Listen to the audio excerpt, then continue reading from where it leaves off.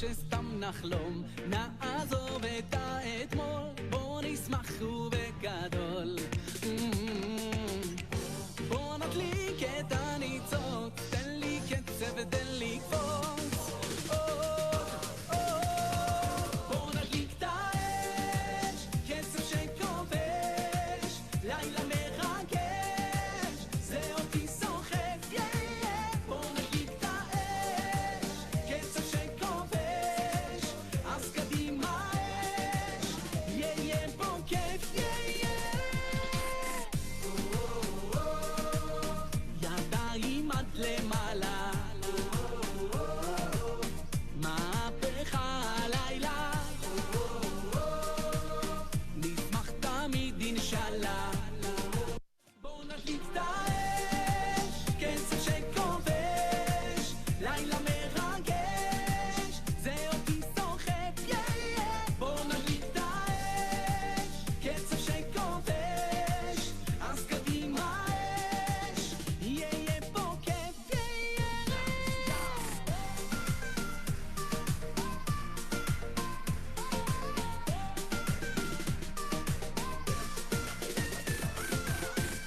אין מצב שסתם נחלום, נעזוב את האתמול, בוא נשמח ובגדול.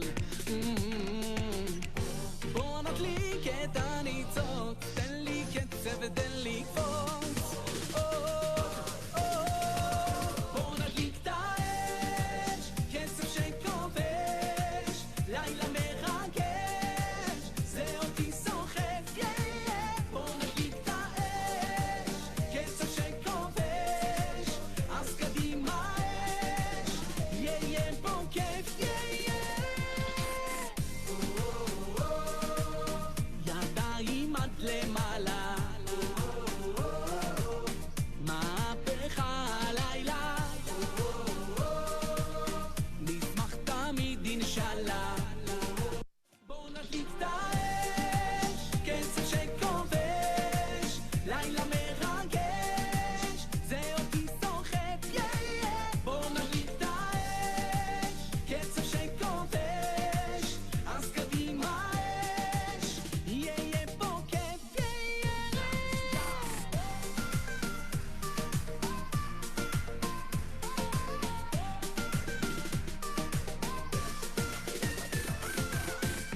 אין מצב שסתם נחלום, נעזוב את האתמול, בוא נשמח ובגדול. בוא נדליק את הניצוץ, תן לי קצב ותן לי קפוץ. בוא נדליק את האש, קצב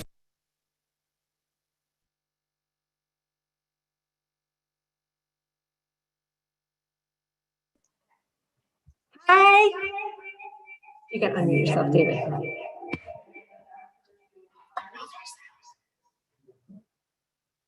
You're off.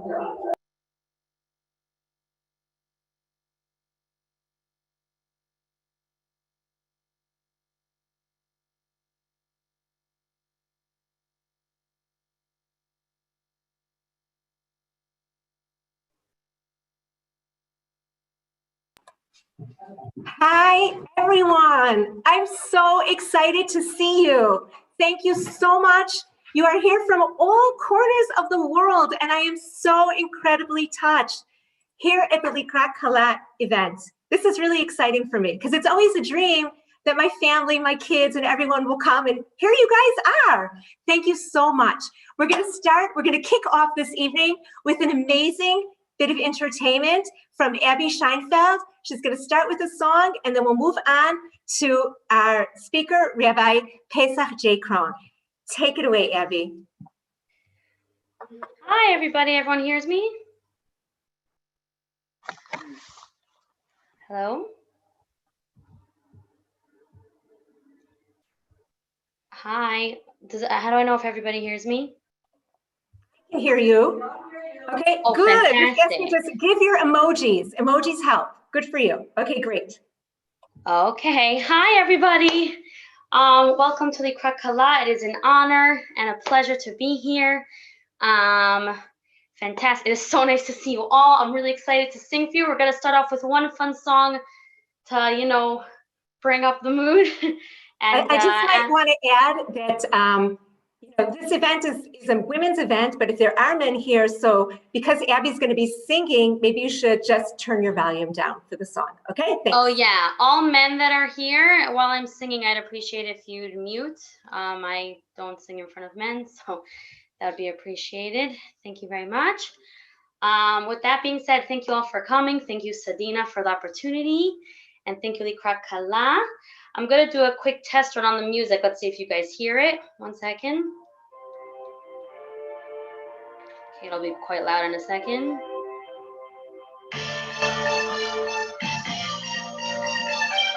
You guys hear it? Fantastic. From the beginning. Here we go. אבל הלילה, לילה הזה, אבל הלילה הזה.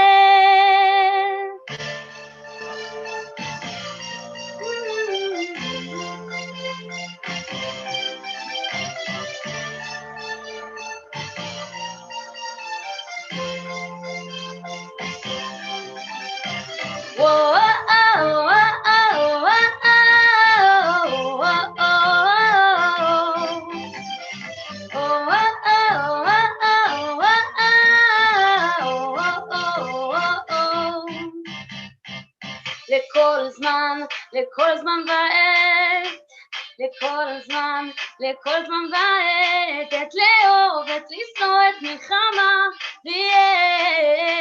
ועת שלום.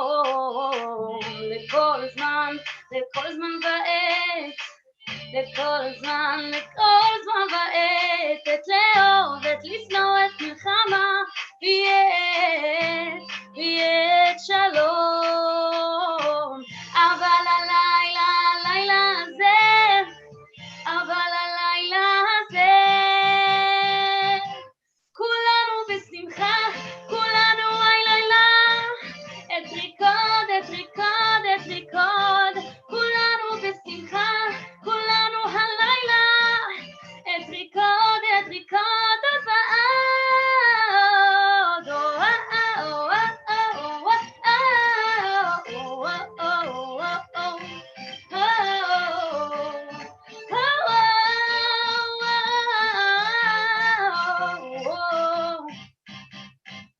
לכל זמן, לכל זמן ועת, לכל זמן, לכל זמן ועת, עת לאהוב, עת לשנוא, עת מלחמה,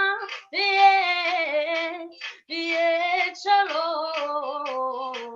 לכל זמן, לכל זמן ועת, לכל זמן, לכל זמן ועת, עת לאהוב, עת לשנוא, עת מלחמה, ועת שלום. אבל הלילה, הלילה הזה, אבל הלילה הזה, כולנו בשמחה, כולנו הלילה, את ריקוד, את ריקוד, את ריקוד, כולנו בשמחה, כולנו הלילה, את ריקוד, את ריקוד, הבאות, כולנו בשמחה, כולנו הלילה, time to dance, את ריקוד, את ריקוד, כולנו בשמחה, כולנו הלילה, עוד, עוד, עוד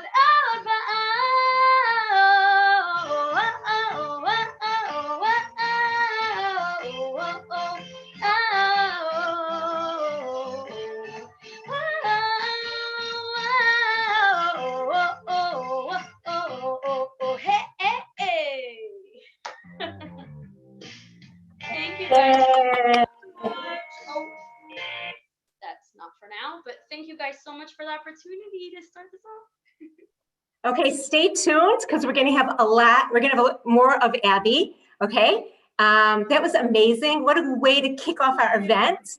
Okay, and right now we're scheduled for Rabbi Krohn at 8 o'clock, and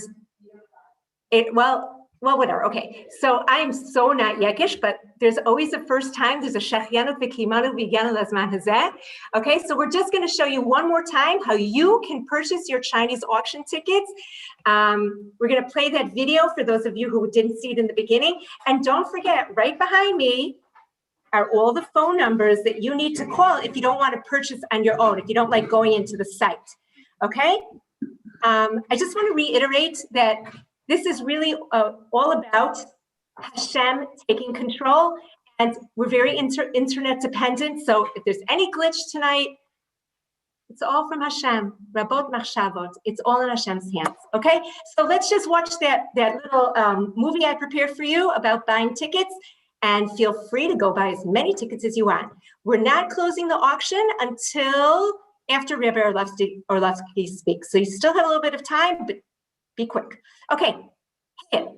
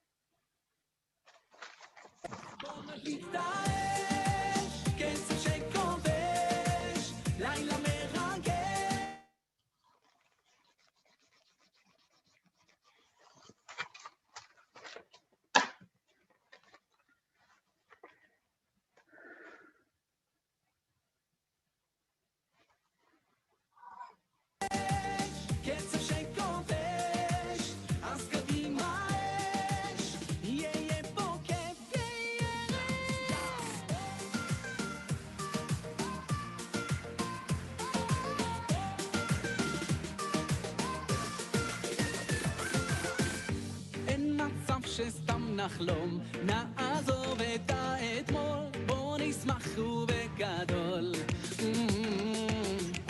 בוא נדליק את הניצוץ, תן לי קצב ותן לי קפוץ.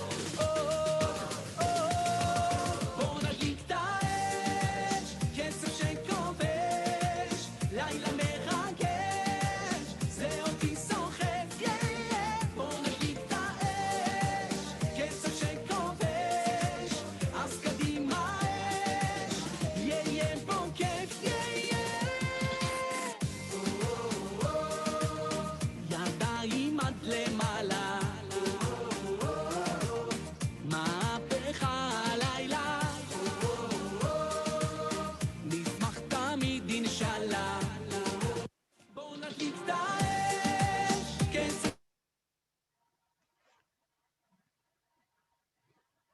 Okay, so it is my greatest pleasure to be able to introduce Rabbi Pesach J. Krohn. I want to take a moment to thank my wonderful brother. Okay, guys, I'm a little bit teary-eyed today because so much pressure and feeling such gratefulness to HaKadosh Baruch Hu. But in the summer, I talked to my brother and I said to him, well, I really want Rabbi Krohn to speak at the event. And he said to me, how much is it? And I told him, he said, I'll cover half. And he called back 2 minutes later, he said, I'm covering it. So I want to thank my brother. He should see lots of bracha in his life.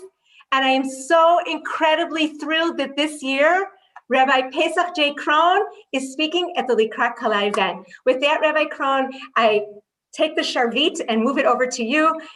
Thank you so much. It is such a great pleasure. Can you hear me, by the way? Okay, it is such a great pleasure for me to speak to all of you at Likrat Kala. First and foremost, I would like to thank Rab David and Sadina Pinhasik for inviting me to come to speak to all of you. I've learned so much about this organization, and I am so excited to share some beautiful thoughts and beautiful stories with all of you.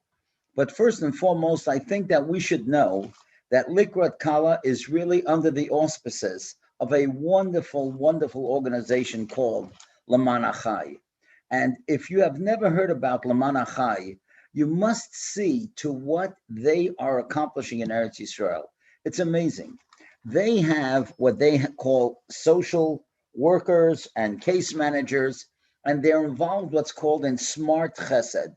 They have vocational training for people so that they should be able to become financially independent. They have financial guidance because to make sure that people do not become in debt. We know so many people, Rahman al-Islan, who are in such debt they can't climb out of it. And this wonderful organization gives them guidance, guiding them how not to fall in debt. And once chas v'shalom, they're there how to get out of it. And they have all these people, over 300 volunteers, giving this training, giving this guidance, and helping them. And there's one more thing that they do that is out of this world. They are so knowledgeable in the benefits and the subsidies that people are able to get from the Israeli government. Now, this is hard to believe, but since 2010, in the last 10 years, Laman Achai has able to get people in Eretz Yisrael over $7 million, $7 million in subsidies. Hashem should bench them for everything that they're doing because they cover a whole gamut of people. And I'm sure they have saved so many, many families. We know that chas v'shalom, if they have financial problems, there could be shalom bias problems and the kids don't have self-esteem. So those of you in Laman Achai, Hashem should bless you for everything that you're doing. Now, under the umbrella of Laman Achai is a great organization that's run by Sadina. That started in 2004. Let me tell you a little history how it started. You see, in 2004, Sadina and Rab David had a 18-year-old boy who was beginning to think about shidduchim. And of course, like every parent, Sadina was concerned, how am I going to marry off this child? You know, everybody, all of us who have been in the Parsha of Shidduchim are always thinking about this. So she's a very forward-thinking lady, and she decided that she's going to go to listen to some courses that were being offered in Yerushalayim about how to marry off your children. And she went to different classes and listened to many wonderful speeches. But then near the end, there was a Rebbitzin that spoke. And this Rebbitzin, her husband is very famous. Her husband was Rabbi Rotman, who was the Rosh Hashiva of Merkaz HaTorah. And Rebbitzin Rotman said something that just stuck in the mind and in the heart of Sadina. And this was the turning point for her in how this organization got started. And what the Rebbitzin said was like this: if you want Hashem to help your kala, then you have to help his kalas. What a beautiful thought. If you want Hashem to help your kalas in your home, then you have to help Hashem's kalas. And when Sadina heard that, she thought, you know something? I've got a lot of things in my home that I've never used. Gifts that I've gotten from people over the years. We all have those vases and bowls and the third toaster and a challah cover. We've all had these things in the house, but who thinks about that? And she thought, you know something? I'm going to start it right now. I'm going to start it for kalas. And of course, eventually, of course, her son got married. And here we are today. And you know something? It is so incredible. Because in the beginning, they were helping 5, 10, 20 kalas. But now, throughout the year, through 2020, they have helped over 400 kalas. They help between 60 and 65 kalas a month. So all of us here that are listening today or tonight, wherever you may be in the world, just remember, you can help. And I know that this is on TorahAnytime.com. So you can go to www.lkauctions.com or helpjewishbrides.org. And you go to helpjewishbrides.org. That's the website, even after this lecture is finished. And you can help, and you can be part of helping Hashem's kalas, and Be'ezus Hashem, Hashem will help you in your kalas. Now, I want to tell you a great, great story. And to me, it's so amazing because I was preparing this story for weeks.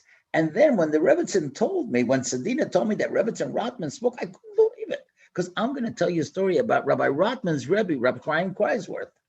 And I'm going to tell you a story that I never, ever said in public. I can't believe I'm going to tell it to you, but I just want to share this with you first. I was very friendly with Rabbi Kreisworth. I was in Antwerp numerous times, and Rabbi Baruch Wassing, Zalzain Gesund, a tremendous Talmud Chacham who Rabbi Kreisworth loved took me to Rav Kreisworth numerous times, and Rav Kreisworth was once in my father's home. I had pictures with him. Lovely person. Tremendous Talmud Chacham inu Shas Bal Peh. If you would tell him that you're learning Bov Metzia, Daf Yud Gimel, he could just read it as if it was on a teleprompter. He had like a photographic memory. Anyhow, one day I met him in Borough Park, and he said, I want to tell you an interesting story. He said to me, I was shocked that he told it to me just straight out. He said, he's talking about himself that he was very, very sick, and all the doctors gave up on him, and they said he was going to die. And he was very frightened. And he knew that he has to get a bracha from the biggest tzaddik in the world because the doctors gave up. They said they couldn't do anything. So from Belgium, he traveled to Eretz Yisrael, and he came to the Stipler, Rabbi Yankiv Yisrael Kanievsky, the father of Rab Chaim. Now listen to what Rab Chaim, what the Stipler, Rabbi Yankiv Yisrael Kanievsky, told Rabbi Kreisworth. He said to him like this, and you could take your sitter, you'll see it. In the morning, we say this before brachas. Elu dvarim. I'd like to read it to you. Elu dvarim she'adam oicha peraseihem b'olam hazeh. These are things that a person reaps benefit in this world. V'hakeren kayemas, and the principle remains intact even in the next world. And the Mishnah goes through. It's basically a Mishnah in Masechta Peah, and we daven it every morning. And it has different things that you can do that are rewarded in this world and in the next world. And listen to what it says. It says, Bika Chaylim, that's one of them, of course, going to be Mavaka Chayla. Then it says, Achnosas Kala, and then it says, Alavoya Sameis. And the Stipler said to Rav Kreisworth, isn't it interesting? First it talks about Bika Chaylim, and then it talks about something that has nothing to do with Bika Chaylim, Achnosas Kala, helping a Kala get married, helping a poor, and then it goes to Alavoya Sameis, going to Levaya. And that's, of course, a very big mitzvah to accompany a person who never pays away. What's Achnosas Kala doing in the middle? And the Stipler said something amazing. He said, often, if a person is sick and he's holding by Bika Chaylim, and he doesn't want to go from Bika Chaylim to Alvoya Sameis, he wants there should be an interruption. He wants there should be a break in the action, so to speak. Get involved in Achnosas Kala. That's the biggest chus to have a refuah shlema, so that from Bika Chaylim it doesn't lead to Alvoya Sameis. And you know what Rabbi Kreisworth told me? He said, when the Stipler told me that, I threw myself into supporting Kalas. I threw myself into supporting those who needed to get married. And he said, look at me. I'm living quite a few years since then, when the doctors gave up. And I was thinking, now, during COVID-19, in a sense, all of us are affected. Some socially, some financially, certainly all of us emotionally. And the whole world needs a refuah shlema. There's no question wherever you are in the world. So in a sense, the world is holding by Bika Chaylim. Well, we don't want to be by Havas Ameis for sure, right? What do we got to do? Achnosas Kala. That's the advice of the Stipler. And you know something? When I wrote this story in one of my Maggid books, I didn't write Rav Kreisworth's name because he was still living. I didn't want Chas v'Shalom, it should be an Ayin Hara. But certainly, I told over the story so many times how important it is to get involved in Achnosas Kala. Now, Sadina and David have become good friends of mine. So I'm going to tell you a story that I never told anyone, and I can't believe I'm going to tell it to you because it's really a crazy story. It's pretty funny, though, and I know this is going to go on TorahAnytime.com, and people are going to call me about it, but I'm going to share it with you anyway. You see, I told you that Rav Kreisworth told me the story when we were walking in Borough Park. I happened to see him. He was in America at the time. And at that time, it just happened to be that at that time, the biggest lotto prize was available and people were buying tickets left and right. It was $68 million. Now, Rav Kreisworth just told me that he gives a lot of money. He raises money for Achnosas Kala. I can't believe I did this. But I said to Rav Kreisworth, how would you like to buy a lotto ticket? Let's buy it together. And maybe in the schus of Achnosas Kala, we could win a lot of money. And, it'll that would be wonderful. He said, okay, let's go. Let's walk into the first store that we see and we'll buy a ticket. I couldn't believe he was really going to do it. Now, you had to pick in New York, you have to pick 6 numbers. So we walked into this Puerto Rican newsstand, and this Puerto Rican guy behind the counter, and he says, okay, what's 6 numbers? So I'm thinking, I asked Rav Kreisworth, you tell me 3 and I'll write 3. And I'm thinking, oh my gosh, what happens if his 3 are right and my 3 are wrong? I'll never, ever forgive myself.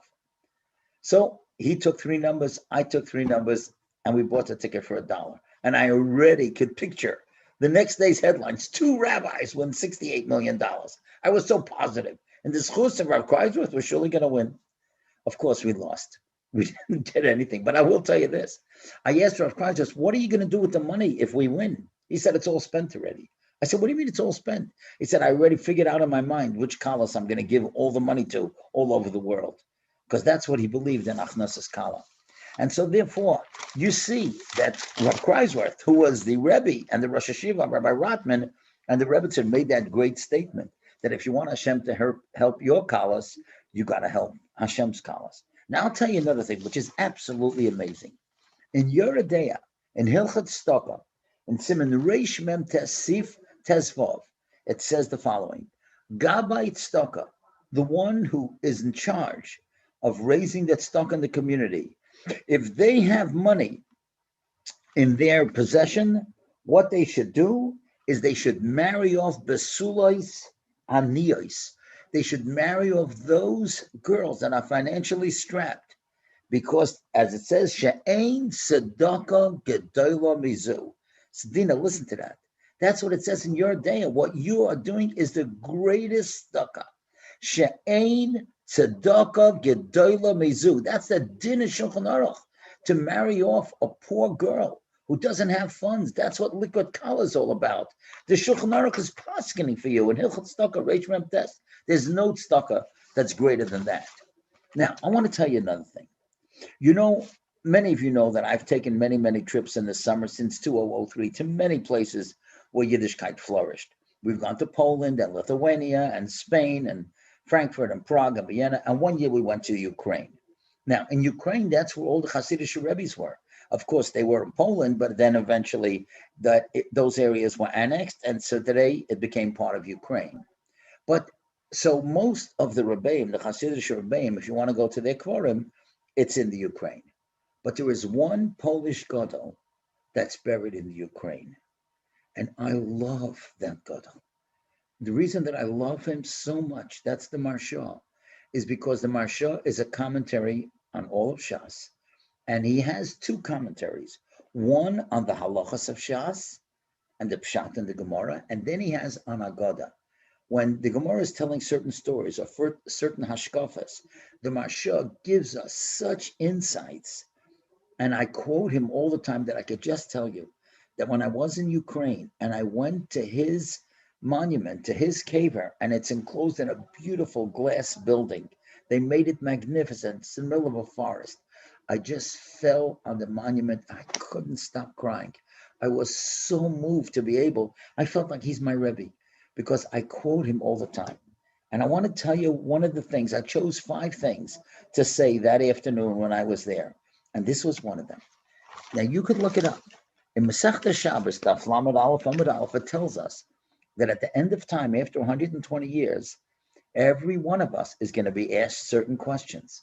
The first question is going to be, were you honest in business? Could you believe that? Nasosa v'nasata b'emunah. Were you honest in business? That's the first question everybody's going to be asked after 120 years. And then the Gemara says like this, they're going to be asked if you set aside time for learning Torah. And listen to this question, the third one. We'll listen to the question and we'll see what the Marsha says. The third question is, Asakta, were you involved? B'pirya v'rivya. The simple meaning is, were you involved? Did you get married to have children? It's very important. Everybody's supposed to get married and have children. But that's not what the Marsha says. The Marsha says that's not what the Gemara means, because otherwise then the question would be, Kiyamta pirya v'rivya. Were you makayim the mitzvah of having children? He says the Gemara has a different word, asakta. Did you get involved? He said, you know what that means, getting involved in prayer? Did you marry off those who couldn't afford it, a yasam and a yasema? Did you try to marry them off? That's what the Marsha is saying. That's what you're going to be asked. That's the third question you're going to be asked after 120 years. And we can answer yes if we help Likud Kala. And we can say, yes, we helped Sadina, we helped Rab David, we helped this great organization. And that's what the Maharsha is telling us. Osakta, not kiyamta, osakta. And that's what he says. The Lashon is, did you do osakta dahainu? Did you try to do lahasik to marry off those who couldn't afford it, the yasam and the yasema? And I want to tell you, Sadina was kind enough to tell me some unbelievable stories, and I'm going to share 3 of them. Tremendous things that people who were involved with Liquid Kala, many people. Now, they used to have 20 parties a year. And many of the people who made parties, whether it was in Chicago, in South Africa, or in New York, wherever it was, their children suddenly got married right afterwards, because that's a great source. Now, of course, we don't have them. That's why we need you all to go on the auction and on the website, because we don't have the parties this year because of social distancing. But listen to this. I cannot get over this. There was a woman who was divorced, and she was now getting married. She was now getting married to a gentleman who was also divorced. So it was a second marriage for both of them. They sent out invitations to their friends and relatives. And listen what they wrote on the RSVP card. This to me is so holy and so amazing. Only Mikam Yisrael, that's the only thing I could say. She wrote like this. We are a second marriage. We have everything that we need. Please purchase a gift for brides that don't have and give it to Liquid Kala, because they will give it out for those who need it.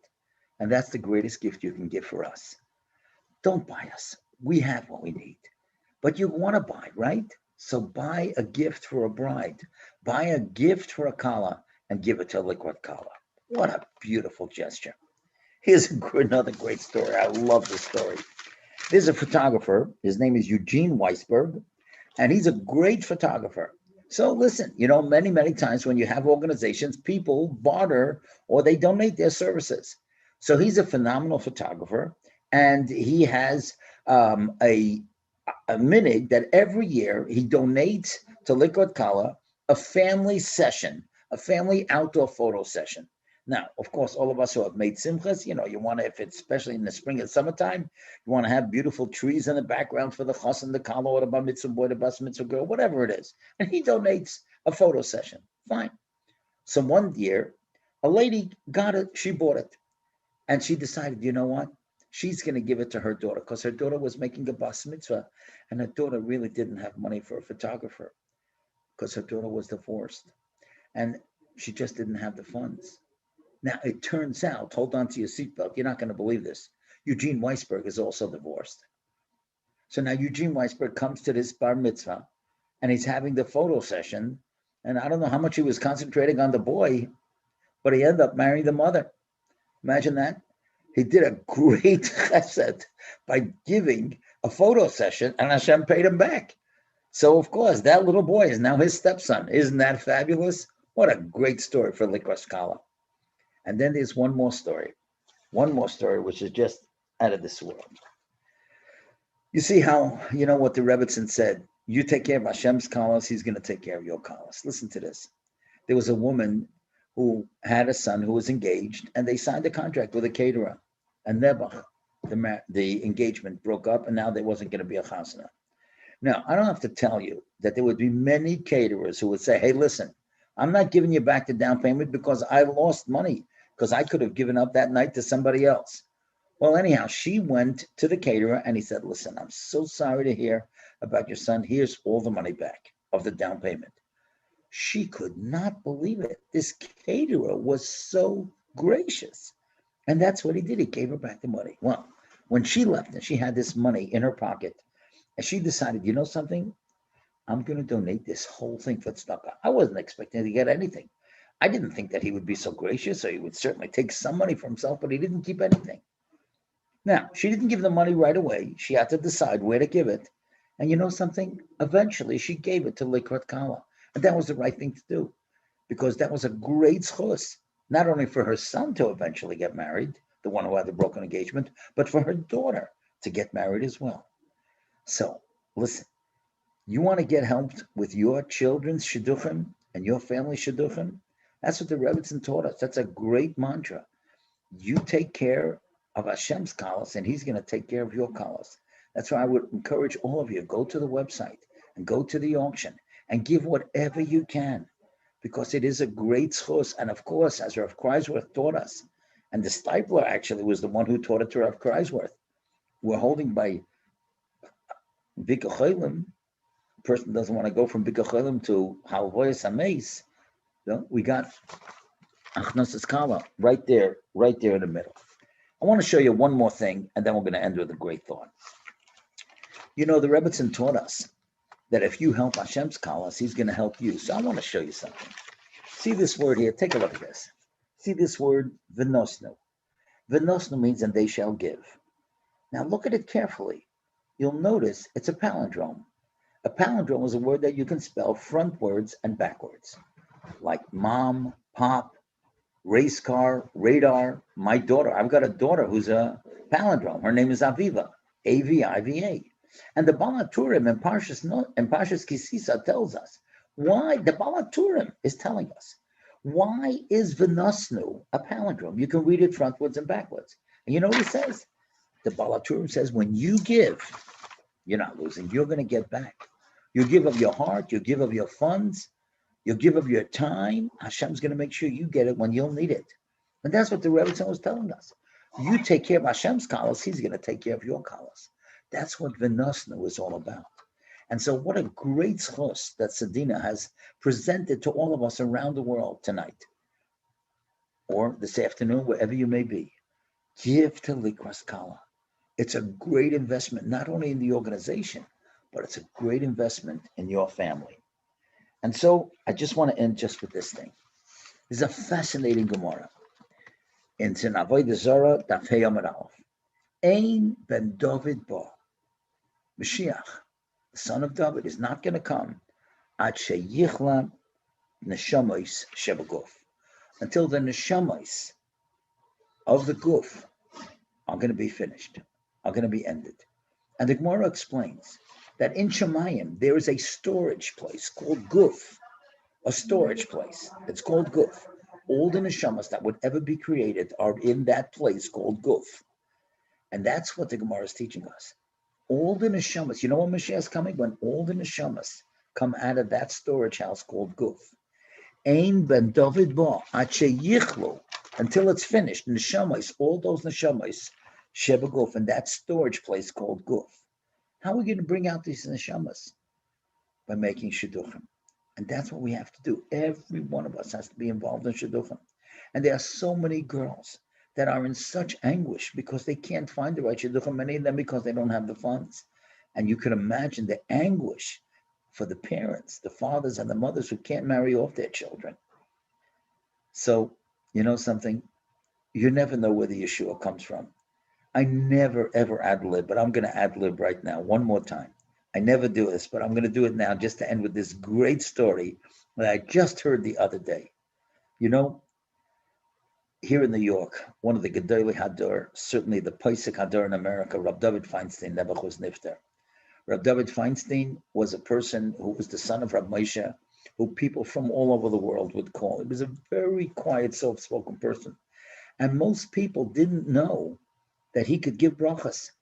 And in the last years of his life, many people did go to him and get brachas, and they were very, very fortunate. And he would daven for people. So listen to this story. There was a guy who lived in Lakewood. He was still learning in a kollel, and his daughter got engaged.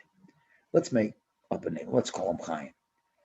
And Chaim, he was such a balchayiv, you know, he didn't know Lamana Chai, and he got into debt, and he couldn't borrow from those people that he owed money. Where's he going to get money? So he went to a certain gemach, and they said, okay, we'll lend you $25,000. Just get us a cosigner.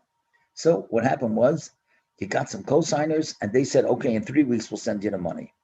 In 2 weeks, they called him up, and they said, listen, Chaim, we feel bad.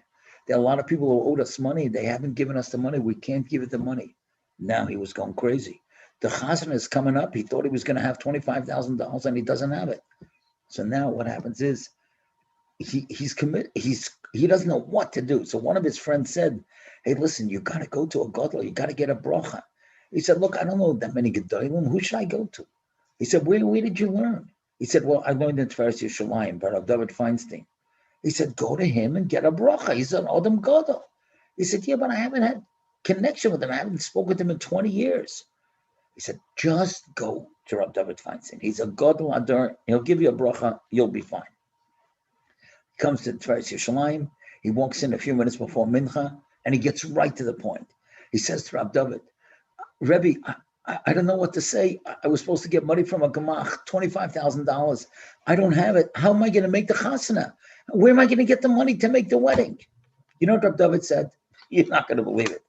He said, the next person that you see, ask him for the money. You'll see. It'll work. What does that mean? He looks around. What do you mean? The first person that I see? Who should I ask? And, you know, the chazan calls out, Ashrei Yeshev Yisecha, and now they're starting to daven mincha. Oh, this guy didn't know what in the world he's going to do. He goes to the back of the Beis Medrash, and he's starting to say Ashrei. And then he turns, and he sees from the door, somebody comes in, a very well-dressed man. He's carrying a very beautiful attaché case. And he says, you know, maybe he's the guy. So right after mincha, he goes right over to me. And he says, excuse me, sir.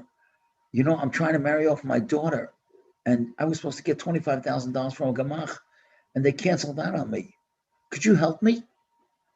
This guy doesn't know what hit him. He says, excuse me, do I know you? He says, no. But I tell you, you know, I went to Rab David Feinstein, and he said that I should ask the first person I meet, and you're the first person I'm meeting after mincha. And the guy says to me, you know something? It's unbelievable. And Chaim says to him, what do you mean? He says, you know, I just made a tremendous business deal in an office a few blocks from here. I have never been in this building. And my Rebbe, before I left the Koilo years ago, he told me, you always have to daven with a minyan. So I Googled, you know, this place. I don't know this place. I'm not from the Lower East Side. And Google told me I should come to Tveres Yerushalayim. So I came here, and you're telling me that Rab David said you should come over to the first person. He says, well, I guess that's a simmer in a shemayim. I'll give you the meiser from the deal. And that's what he did.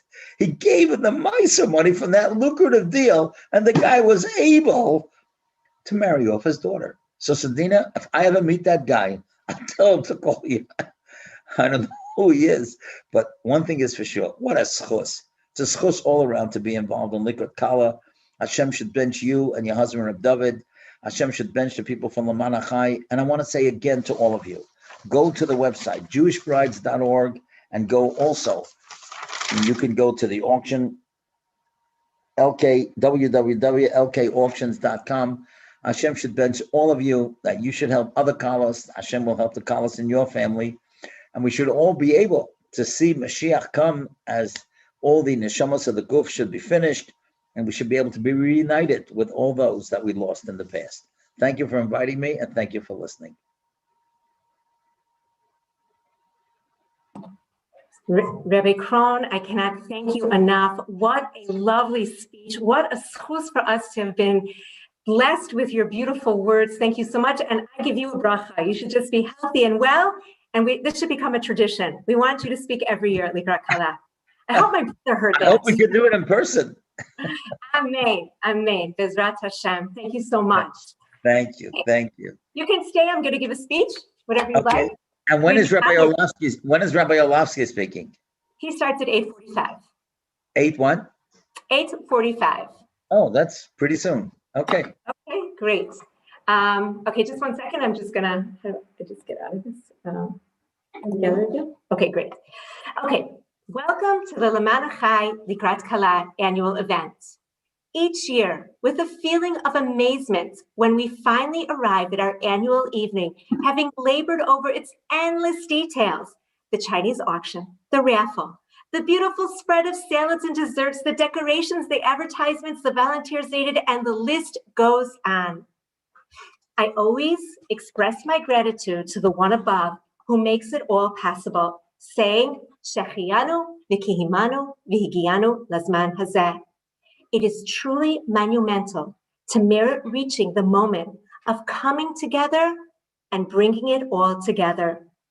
Tonight, I say this tefillah of gratitude, Shechianu v'kihimanu v'higianu lazman hazeh, with even more fervor. We are living in the era of the unknown. There is no concept of routine anymore. This sense of uncertainty significantly affected our plans for this year's annual event. Should it be a real event, as always, at Beis Tefillah? Should it be a virtual event? Should it be both? We just didn't know. We were truly perplexed, yet without realizing it, we were very much in a state of Lech Lecha, preempted by our forefather, Avram Avinu. Abraham was seeking an awareness of and a closeness to Hashem. We were seeking the right choice for this year's event, wanting it to emanate only from Hashem, hoping that it would be the best choice for the sake of his kalas. Hashem told Abraham to leave his land, his birthplace, and his father's house, and go to the land that Hashem would show him. Rav Yaakov Yosef of Polana taught that Hashem was saying to Abraham to go to each place, see if you can find Hashem in that place, and if not, go on to the next place. In hindsight, I realized that we experienced a Lech Lecha journey. Back in July, we started our quest. We consulted people and we asked their opinions. We searched for medical forecasts regarding the likelihood of Corona's stance in 4 months to come. We weighed the costs and risks of planning for a dual event. We looked everywhere for the answer, just like Avram Avinu, but we knew that we needed Hashem to guide us in the right direction and bring us to the right decision. That was our only true hope. Rabbi Nachman, in discussing Avram Avinu, teaches that it is very important to empower ourselves with Avram's ability to seek new ideas, to think beyond what we are given, and to make chidushim, new interpretations in Torah. This year's event is truly a chidush, an innovation. But through it all, we have sought out and felt Hashem's guidance, the steering wheel of our Lech Lecha journey. For starters, when we realized that we would need a site for the Chinese auction, we were taken aback by just how much it would cost. Einaya designers made it much more reasonable and attainable than other companies in this market. Yet, we still didn't have the funds to meet the price tag. Lamenting over this, my husband reminded me that they are not our kalas, they are Hashem's kalas, and he would take care of them. Literally 2 minutes later, I received a message from a very righteous woman in the neighborhood who knew about this dilemma, saying that she had decided to make a handsome donation that would cover the cost of most of the virtual sites. It is truly a beautiful virtual Chinese auction site that Michelle Marchant and her husband Hayden have designed and programmed. And I might add that since making the donation, our benefactor's daughter has gotten engaged. Digital marketing was also a chidush for us, and Pircha Soloveitchik, Sharon Rotman, and Meirav Guti of Shemesh Media have made it a breeze for me. They do all their outstanding work, and I have no idea how they do it. So while we don't have desserts, the salads, and the social climate, we have a lot of these new aspects of the event, as well as our wonderful speakers, Rabbi Pesach J. Krohn and Rabbi David Orlovsky, our singing entertainment with Abby Scheinfeld, and our dancing entertainment with Jezalia Villarreal. It is my most sincere prayer that everything should go as planned. And if there's a glitch in the internet, please forgive me and know that Rabot Machshavot Belev Ish Ratzat Hashem Hitakum. Everything is God's plan, and God willing, we will work it out. 4,861 brides, and of them, 430 were helped this year. That is pretty amazing, considering that for a good part of the last 6 months, we have been in lockdown and couldn't have distributions. When not in lockdown, we, Baruch Hashem, have found a solution to continue helping the brides by having the distributions take place in our garden. Being able to continue doing our work is so important during these Corona times. So important for the bride who came to us 2 weeks ago. She is an orphan from her father. Her mother is ill, and their house in Ofakim burnt down. There is little room in her mother's helping capacity to find the strength to outfit her daughter with the items needed to begin a new life as a married woman. Likrat Kala was honored to be able to relieve the pressure and lift the mother's burden. So important for the bride whose father has cancer, Shalom Nida, and whose mother also suffers from an illness. She has 2 handicapped siblings, and because of the hardships at home, she lives in a dormitory in Netanya. The little bit of happiness that Likrat Kala brought her by gifting her with new items, making her feel like a queen in her new home, certainly went a long way. Each Kala and her story, each Kala and her reason for turning to Likrat Kala. Regardless of their individual circumstances, our mission is to make them happy as they walk away from Likrat Kala 7 items richer. So many times, women who come to pick up for a sister or a cousin tell me how they also merited to receive items from Likrat Kala years ago when they got married, and they are still getting very good use from these gifts and feel so grateful for them. One special woman in Jerusalem decided to tap into the longevity of this mitzvah and adopted an item covering the costs of each set of beautiful crystal candlesticks we gift to the brides. She does this mitzvah in memory of her mother, and each time a kala receives a set of candlesticks, a note is included in the box, giving the bride the name of the woman's mother, so that the bride may pray for the woman's soul to have an elevation. This is one way to help Likrat Kala keep helping the brides. I encourage other people to consider adapting an item or adapting a distribution day or adapting a number of brides that they want to help. Zoom parties are still another way to help the brides. While in the past, we encouraged women to have get-togethers in their home, inviting friends to hear about Likrat Kala and participating in the mitzvah of Hachnasat Kala, Corona has impaired our ability to do this. The beauty of Zoom is that you can invite your friends from all over the world, as one Ramat Beit Shemesh resident recently did. She made a Zoom party, and it ended up being a beautiful family reunion filled with the mitzvah of Hachnasat Kala. And of course, the evening is young. So please go to our site, www.lkauction.com, and choose from all of our wonderful prizes in the Chinese auction and raffle. And if you prefer a sales lady to walk you through the process, please call one of the numbers behind me. Also in the chat, we've put the numbers in. Before I end, I'd like to thank our wonderful parent organization, Laman Achai, for all their loving care.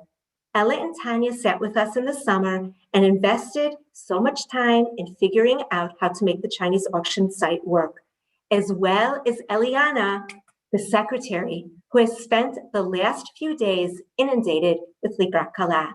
Thank you. Thank you to all of our wonderful sponsors whom you will see in the PowerPoint presentation. Anonymous sponsorships have been made as an Ilui Nishama for Marat Sivya Bat Yoshua, Marat Chana Rachel Bat Moshe, Rav Yosef ben Yitzchak Isaac HaKohen, Rav Ruven Leib ben Avraham, Marat Fagel Bas David Zalman. Thank you to our wonderful Chinese auction donors and raffle donors. Thanks so much for not getting annoyed when you see me walk into your store in July. You know what's up my sleeve. Thank you to the women who helped me get the event together. Dina Stapleman for gift pickups and for organizing a team of girls to put up posters. My sales ladies, Batya Jerenberg and Lily Lieberman. Miriam Wenner, Rivka Esther Rothstein, Sam Abrams, and Seema Savin, who, as well as Batya and Lily, who have helped with data entry. Debbie Sasson, who will take over distribution of the prizes. Ahuva Bracha Glass of Original Solutions for her wonderful work as our graphic artist, virtual background included. The women who had participated in our call-a-thon, and the women who are helping us man the event tonight. and anyone else who has helped out along the way. And of course, here I get a little teary-eyed. As always, a special thanks to my family, who still love me, I hope. About 2 weeks before the event, I enter owl mode. That means that the event is always on my mind, that I go to sleep at 2 a.m. to get things done, and wake up with owl eyes at 6 a.m., wide awake to get more done. Despite my lack of sleep and hyped up nerves, not a really good recipe for a calm, relaxed mother and wife, my family still embraces this mitzvah with their full hearts, knowing that Likrat Kala, can I start crying, is indeed one of our babies. Thank you, and please be in touch if you'd like to join the Likrat Kala team and help us keep helping the Kalas.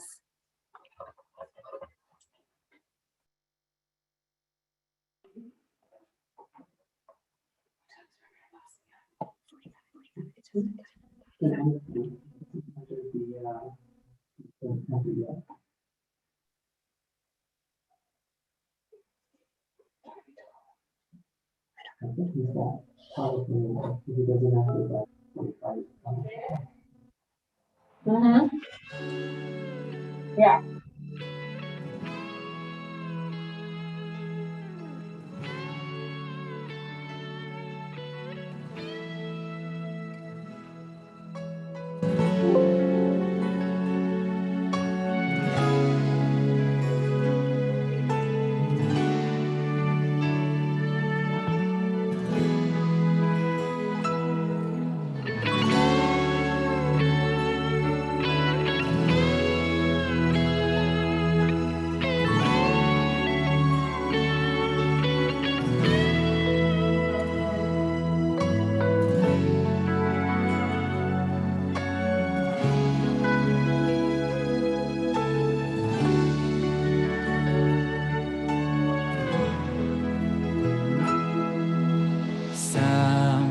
Sameach tesamach reimo ahuvim kesamechacho o yitzilcho began Eden mikeden Sameach tesamach reimo ahuvim kesamechacho o yitzilcho began Eden mikeden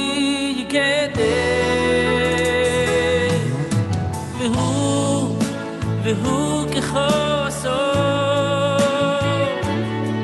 יוצא מחופשו שמח תשמח ירדים אהובים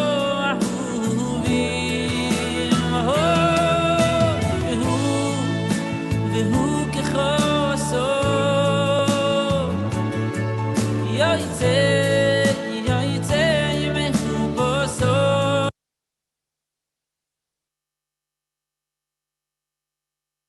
בואו נדליק את האש, קצב שכובש. Yeah. Okay. Okay, it is my great honor to introduce Rabbi David Orlovsky, our longtime speaker at Likrat Kala, and we are very happy to have him speak tonight. Thank you, Rabbi Orlovsky. Thank you very I just much. want to add one thing. After Rabbi Orlovsky speaks, the Chinese auction will close. So if you want to buy your tickets, it has to be now. Thank you so much, Rabbi Orlovsky. I first and foremost have to say that I see that Rabbi Krohn is here, and round of applause for everybody just to see him is an inspiration. You know, this. Thank you very, very much. It's an honor to see you. Listen, you know, what can I tell you? there are few people in this world who inspire and impress me. And, I'm not talking about his speaking. I'm talking about him as a person. I had the schus to introduce him at the Shmiras Haloshin event back when they used to have events, if you remember, before there was Zoom. And it was just, like I say, for me, one of my highlights that I have the schus to know somebody of this caliber who behaves in a way that is an inspiration to everybody. So that's first and foremost. Second of all, once again, what a pleasure it is to be here on Likras Kala. And I'm making a quick calculation. There's 25 little windows on the page and 14 pages. And so by a quick calculation, I would say that's a lot of people. So the exact number, I would have to pull up my calculator, but it is so nice for everybody to be able to participate. And what can I tell you? It obviously doesn't have the same thrill as being able to have all of us together in one place. But, desperate times bring desperate measures. And so therefore, the fact that all of us are working together to be able to do something that is so important, which is helping Kalas, helping people build a bias Naman B'Yisrael. And, this is something that every one of us has to look at for ourselves, because, I've told the story in the past, the Stipler,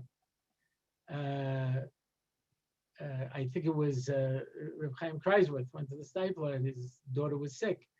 And he points out that we say in the morning, when we list all of the different chasadim, Bika Cholim, Hachnosas Kala, and Havayis Ames. And he says, Hachnosas Kala is what separates between Bika Cholim and Havayis Ames. It has the ability to be able to heal people. So Dafka now, when we're in the midst of a Magefa, the sort of thing that you read about as a child 100 years ago, they talked about the Spanish flu and the fact that we would be living through a pandemic. I mean, such unbelievable times. And I said before Rosh Hashanah, I said,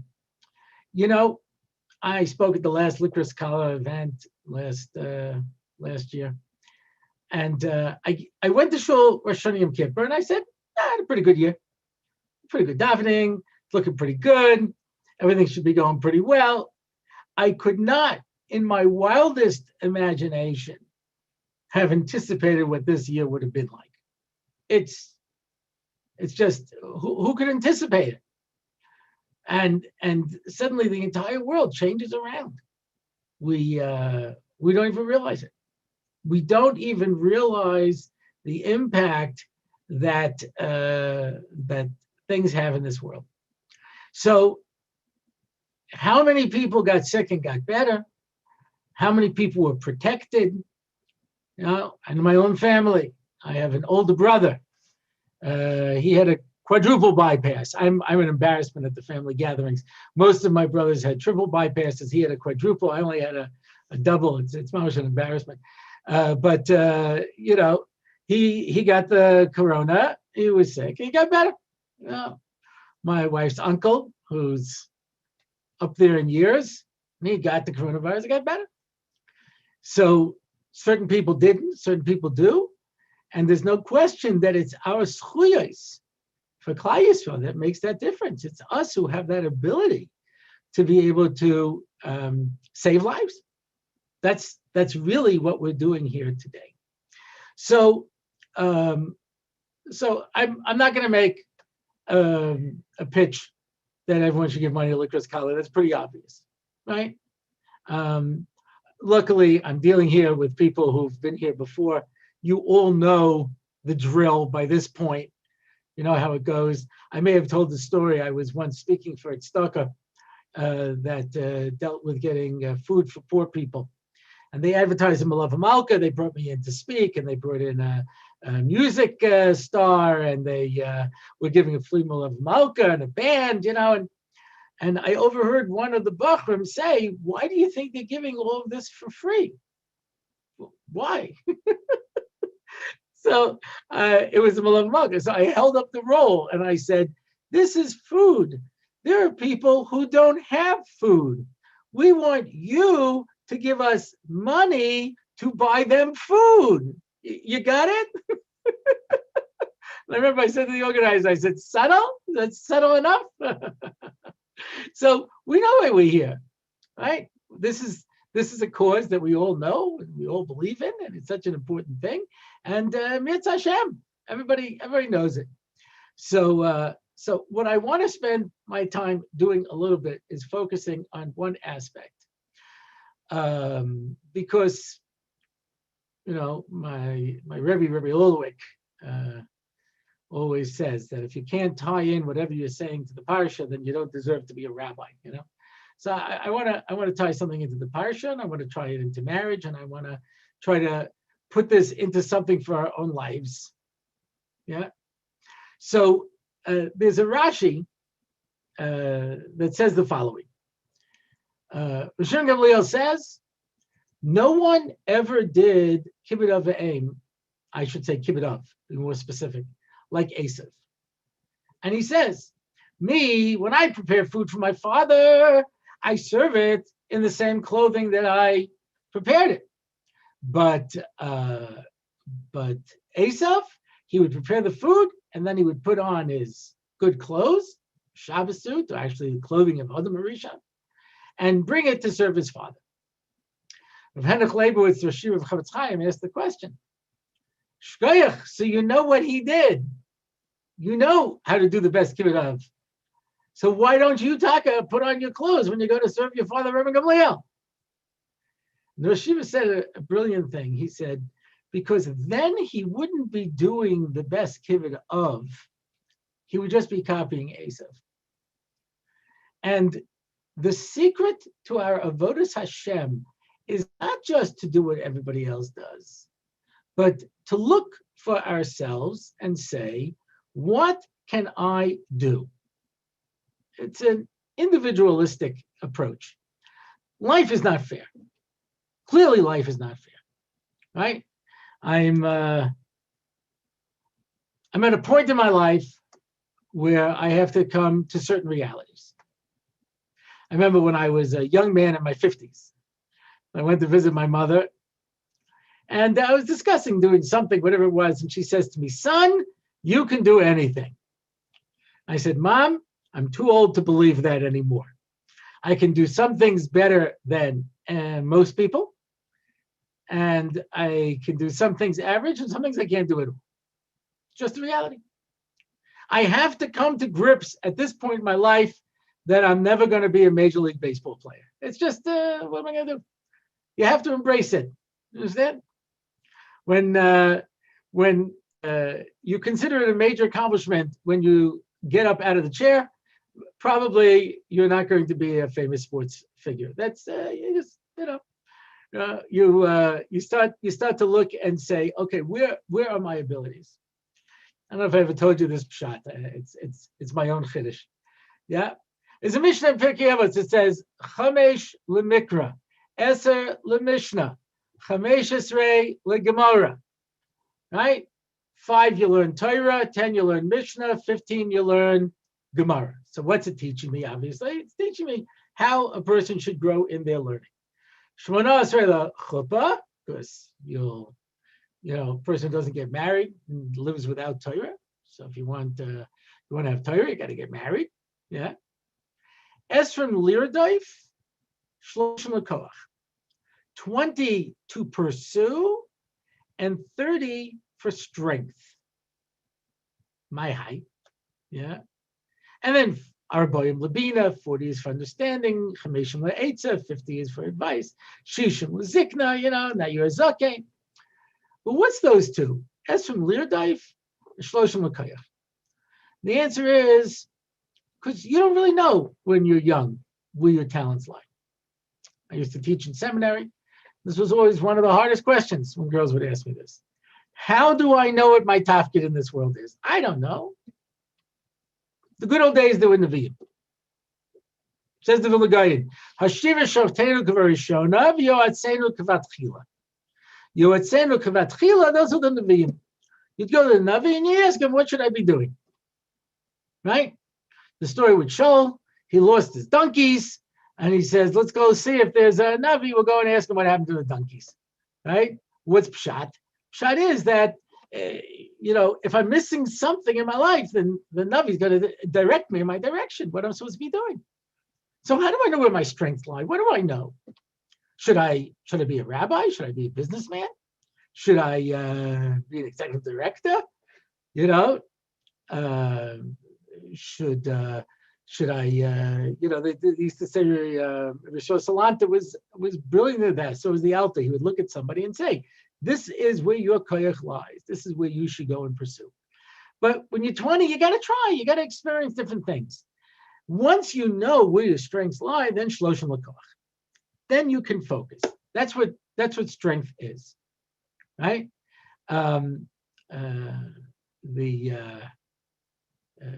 Somebody asked the Sfas Emes,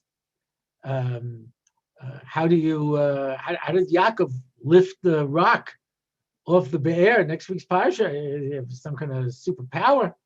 So Sfas Emes says, lift up the Svarim Shrine. Points to the big, heavy wooden bookcase full of Svarim. He says, lift it up. He says, I can't move it. He says, I'll show you. He goes over and he lifts it. So he says, Rebbe Mephis. He says, no, you can do that too. It's just you're not focused, right? I've seen people do this. I've seen people break bricks with their hand. I've seen them break boards with their hand. If I did that, I would break my hand, right? How do they do it? So somebody explained to me once. They put all of their strength into their hand, and boom, they're focused. And Yaakov Avinu, whatever he did it with all of his effort. It's an amazing idea to be totally focused on what you're doing. I read a fascinating biography once of Teddy Roosevelt, who was really a Renaissance man. If you read him, he grew up as an aristocratic Republican family in New York. He was very wealthy. He suffered from asthma, so he used to exercise. He became a boxer. He wrote the definitive work on ornithology, the study of birds. He wrote the definitive work on naval warfare. He was a big game hunter. He was a rancher. He was the hero of the Battle of San Juan Hill. He used to read 3 books a night in different languages. He was just an incredible person. Anyway, in the introduction of this book, it just describes his day. And at the end it says, and with nothing else to do, he took off his glasses, rubbed the tip of his nose, and energetically went to sleep. And I thought, what a beautiful way of putting it. When it's time to go to sleep, he did that too. He was focused. So the secret of koyach, shloshim l'koyach, means I know now where I'm supposed to go. I know how to focus it. Yeah. Ein simcha ka'atoras hasveikas. Why? Because if I don't know, I don't know. Well, what can I do? I don't know where my strength lies. And so, but once I'm sure what I'm doing and I can turn my attention to it, yeah. And that's what happens so often in life. We're not sure. People are young and they're like, well, where should I be focusing? Right? This is one of the most amazing things when it comes to shidduchim, right? Because as one person said to me, I went out with a guy, he was a really nice guy, and it was really good. But how do I know that the next person I go out with won't be better? The answer is you don't. So figure there's roughly 20,000 people who might meet your criteria, fall into your category. I go out with all of them and see at the end, when you're in the rest home, you know what I mean? Who you might, want to bring your walker over to, You're right, you don't know for sure. But once you make up your mind, you have to focus and say, I'm going to put everything I have into this. Am I sure? Am I sure? That's why it says, why? Because at the end of the day, the Kodesh Baruch Hu said, go in and don't worry about it. You had to trust. You had to have bitachon. It takes a tremendous amount of faith, to be able to get married, right? Okay. And then you have the rest of your life to try to work on it. It's so interesting. Back in the days when there was a Jewish Observer, you understand? Olav Shalom. That was the Torah publication. So Rabbi Twersky, they had a whole issue on Shidduchim. Rabbi Twersky says, I feel so bad for you Litvisher, he says. He says, you have this idea that you have to go out on a few dates, 3, 4, 5, 10, 20 if you're really maturnish race, And at the end, you have to kid yourself into pretending that you've developed a meaningful relationship. It takes years to develop a meaningful relationship. It takes more than sending flowers and a Ziggy card, you know what I mean, to try to be able to build a relationship. It takes years to make a relationship, which, by the way, I'm talking to girls, so you know this already. I have to explain this to guys, It's worthless to tell that to your colleague. It will only backfire on you, Do you love me? Love takes years to develop. The correct answer is yes. Yes. But the truth is, it takes years. He goes, we don't pretend by the Hasidim. The families get together, everything looks good. You meet each other, you see if you find each other attractive and personable, and you get the rest of your life to build a meaningful relationship together, right? But it takes a lot of bitachon. How do I know this is the right person? You'll never know. You don't come with a little stamp. Otherwise, it'd be really easy. You each have a barcode. You put it together. Zing. It works out great. The Ben Yoda says, Kodesh Baruch Hu didn't do it that way. He didn't want it to be that way. He says because every relationship is going to have challenges and difficulties, and if there was no effort that went into it, so then for sure. Isn't my bashert? No. You have to work. You have to work to be able to make it. Great marriages don't happen. They have to be built. They have to be developed. It takes time. It takes effort. So I want to try to focus on one thing, and to me, this is such a powerful idea. It ties in to the Rashi that I brought in originally with Asa. That's why that's there.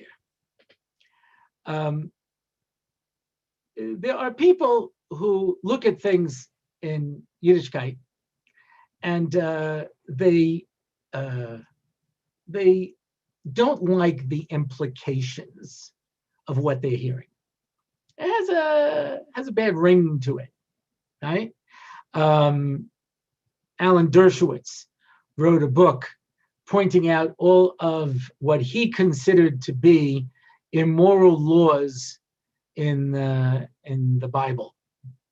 And every now and then people ask me one of his cases that he brought out, and why it's a terrible thing. L'dugma, he brought the law of rape. He says if a person's raped, so then they have no choice. They have to marry the rapist, and you pay 50 shekels, right? Which even back then, okay, it was a lot more money. It was a year's salary, but does that make up for it? So people ask me this. They read this in Alan Dershowitz. They're like, oh, this is horrible. I said, first of all, it's not against her will. It's only if she wants to. Why would she want to? Because in the good old days, they used to have what was called a shotgun wedding. And somebody took liberties in a relationship. So the boy's father and the girl's father would show up and they'd say, son, you took liberties with this gentleman's daughter. Now you're going to do the right thing and you're going to marry her. Yeah, that's what it's talking about. It's not talking about some guy in a ski mask hiding in an alleyway. And I said, and yeah, there's 50 shekels. But besides that, it's boishes and ripui and all the other things you do for any other act of nezek.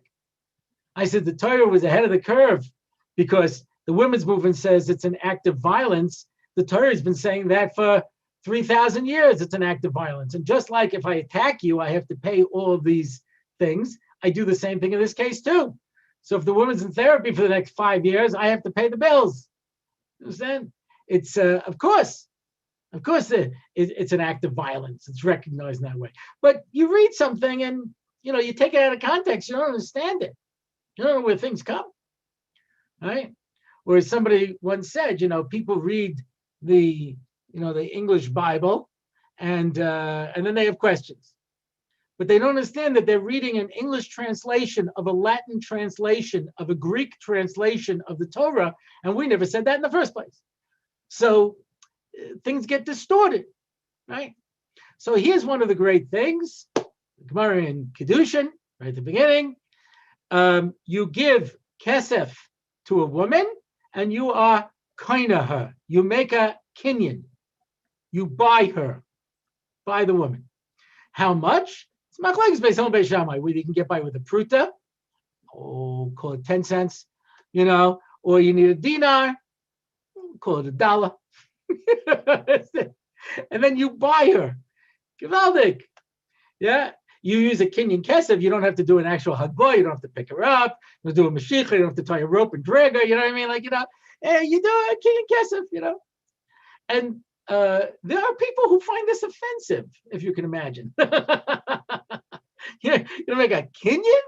A kinyan? This is one of the reasons that Rav Moshe Feinstein said that there's a problem in the halachic kedushin of a 2-ring ceremony. Because each one is giving the other a ring, that's not a kinyan anymore. When a man gives the woman the ring, that is a kinyan. It doesn't have to be a ring. Yeah? This couple's getting married. They go to the rabbi, and he's explaining the whole process of kedushin. And the boy says, "Yeah, I did this already." And the girl, laughs also. So the Rav says, "What happened?" He said, "Oh, we were at a party once, and I picked up a plate of bizli and I gave it to a girl, and I said, Harayat mekudeshes li bizli zu kedas Moshe Yisrael." And they both laughed. And the Rav did not laugh. And he says, do you know who this person is? So he says, "Yeah." "Why?" He says, "Because you have to give her a get, because you married her." "You're not a Kohen, are you?" Oh, no, it was the girl who did it. The girl did it. He says, "The boy, you're not a Kohen." "No, because otherwise you wouldn't be allowed to marry anymore because she's a grusha." So he says, "We were only joking." That's Gemara and Kedushin. If someone who gives Kedushin and then says, "I was only joking," it doesn't work. But it was just a plate of bizli. Plate of bizli is worth a pruta. Yeah? You don't have to take the little round bizli and put it on the finger. You know what I mean? It can be anything of value. It doesn't have to be a ring. You don't have to put it on the finger. It can be anything of value. He says, "But we didn't have Eidim." He says, "Were there 2 Shomer Shabbos people there?" He says, "Yeah." He says, "Those are your Eidim." So, I got married with a plate of bizli. Hardly romantic, but I guess it really depends if it was falafel flavor or onion flavor. Might add a little spice to the relationship. but when you say, I acquired her for a plate of bizli, I was koina her. So I heard Rav Moshe Shapiro speak about this once. He said something that very often when I would hear him speak, there was a life-changing message, right? I mentioned there aren't many people like this, right? Rabbi Krohn's one, Rav Moshe Shapiro's another, when they speak, there's a life-changing message in there, So he says, also, couple of weeks coming up, 3 weeks, 2 weeks, yeah. It says that Yaakov Avinu goes back, for the Pachim Ketanim. He goes back for the little, deposit bottles. Deposit bottles. Why? Says the Gemara, because to a tzaddik, his money is as chaviv to him as his life. He's willing to risk his life for his money. But Moshe looked at us and he said, when a man is giving a pruta to a woman, he's not giving her a coin. He's giving her his entire life, because he would risk his entire life for that pruta.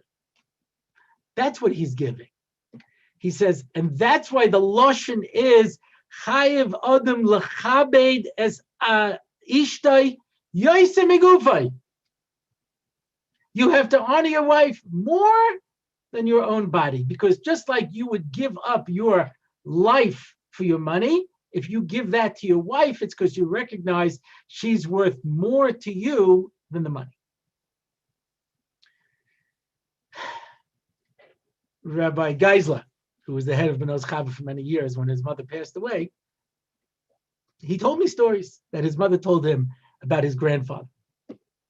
His grandfather was a chassid of the Chidushei Rim, and these chassidim carried themselves with malchus.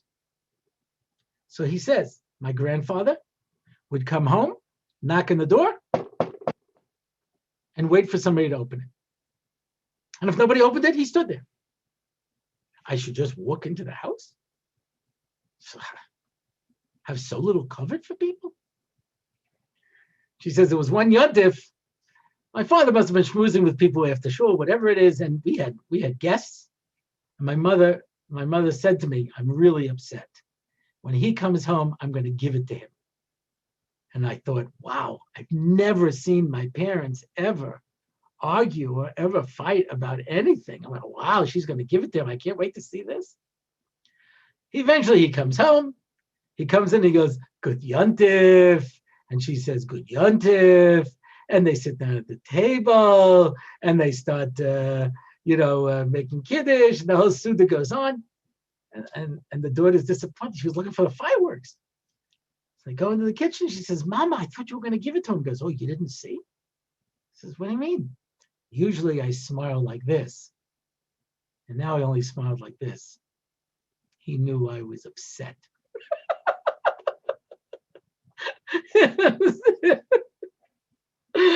My parents were from a different generation. What are you hollering? Why are you hollering? What are you hollering? You're hollering. I speak loud. You're hollering. But that level of kavod? Well, Shlomo Zalman Auerbach at his wife's levaya. So the Chevra Kadisha said, now you ask Mechila. He says, I will because it's the minhag, but I've never done anything to hurt my wife in my entire marriage. I'm not going to say that. I'm not going to say that. I'm going to just say what they tell me. Anyway, but to be able to say that, I've never said anything to hurt my spouse in my whole marriage. Because at the end of the day, the way you treat people defines who you are as a person. It says more about you than it does about the person. You know who has covet? Someone gives covet to everybody else. But a Russia babus. A Russia embarrasses. A Russia says nasty things. A Russia speaks badly, yells at you. Is mashbil you. But a tzaddik? They should ever raise their voice? Ever say anything not nice? It's inconceivable. David Feinstein was just nifter. And they say that when Yehoshua died, Moshe Rabbeinu died. Because kol zman that Yehoshua was alive, it was like Moshe Rabbeinu was alive. So kol zman that Reb David was with us, it was like Reb Moshe was with us. So we really lost Reb Moshe, not just Reb David. I don't know anybody who had the schus to know him. He was one of the sweetest, nicest people, and probably one of the biggest poskim that there was in our generation. People who are on the front line said that his grasp of halacha and his understanding was out of this world. You know, it's really something beyond, you know. And everyone knows the story with Moshe, right? He had a sefer he was waiting his whole life to get his hands on. And he finally got it, and he was talking to somebody, and they knocked over the inkwell, and the ink fell all over the sefer. And he says to the shamash, "Oi, get some napkins, you know, the mess here, you know, clean it up." I didn't get upset. And afterwards, the Gabbai said to him, "How could you not get upset? I know what that meant to you, that sefer. You're a superhuman." Moshe says, "It took a lifetime for me to do that. I wasn't born that way." Is that? They tell a famous story. I have a lot of kashas in the story, but that somebody was driving with Moshe, and as he was getting into the car, he slammed the car door on his hand. And Rav Moshe did not scream out. He opened the door, took his hand out. When he got home, the Rebbetzin took him to the hospital. She says, "Why didn't you say anything?" He says, "What?" And this boy, for the rest of his life, will know he's the guy who slammed the car door on Rav Moshe. I always thought about that story because he must have heard about it afterwards. Everyone tells the story and he's like, "Oh my gosh, that was me." but that was my cash on the story. But, you know, to the extent that I go to make sure not to make somebody feel bad, not to hurt their feelings. Yeah. We take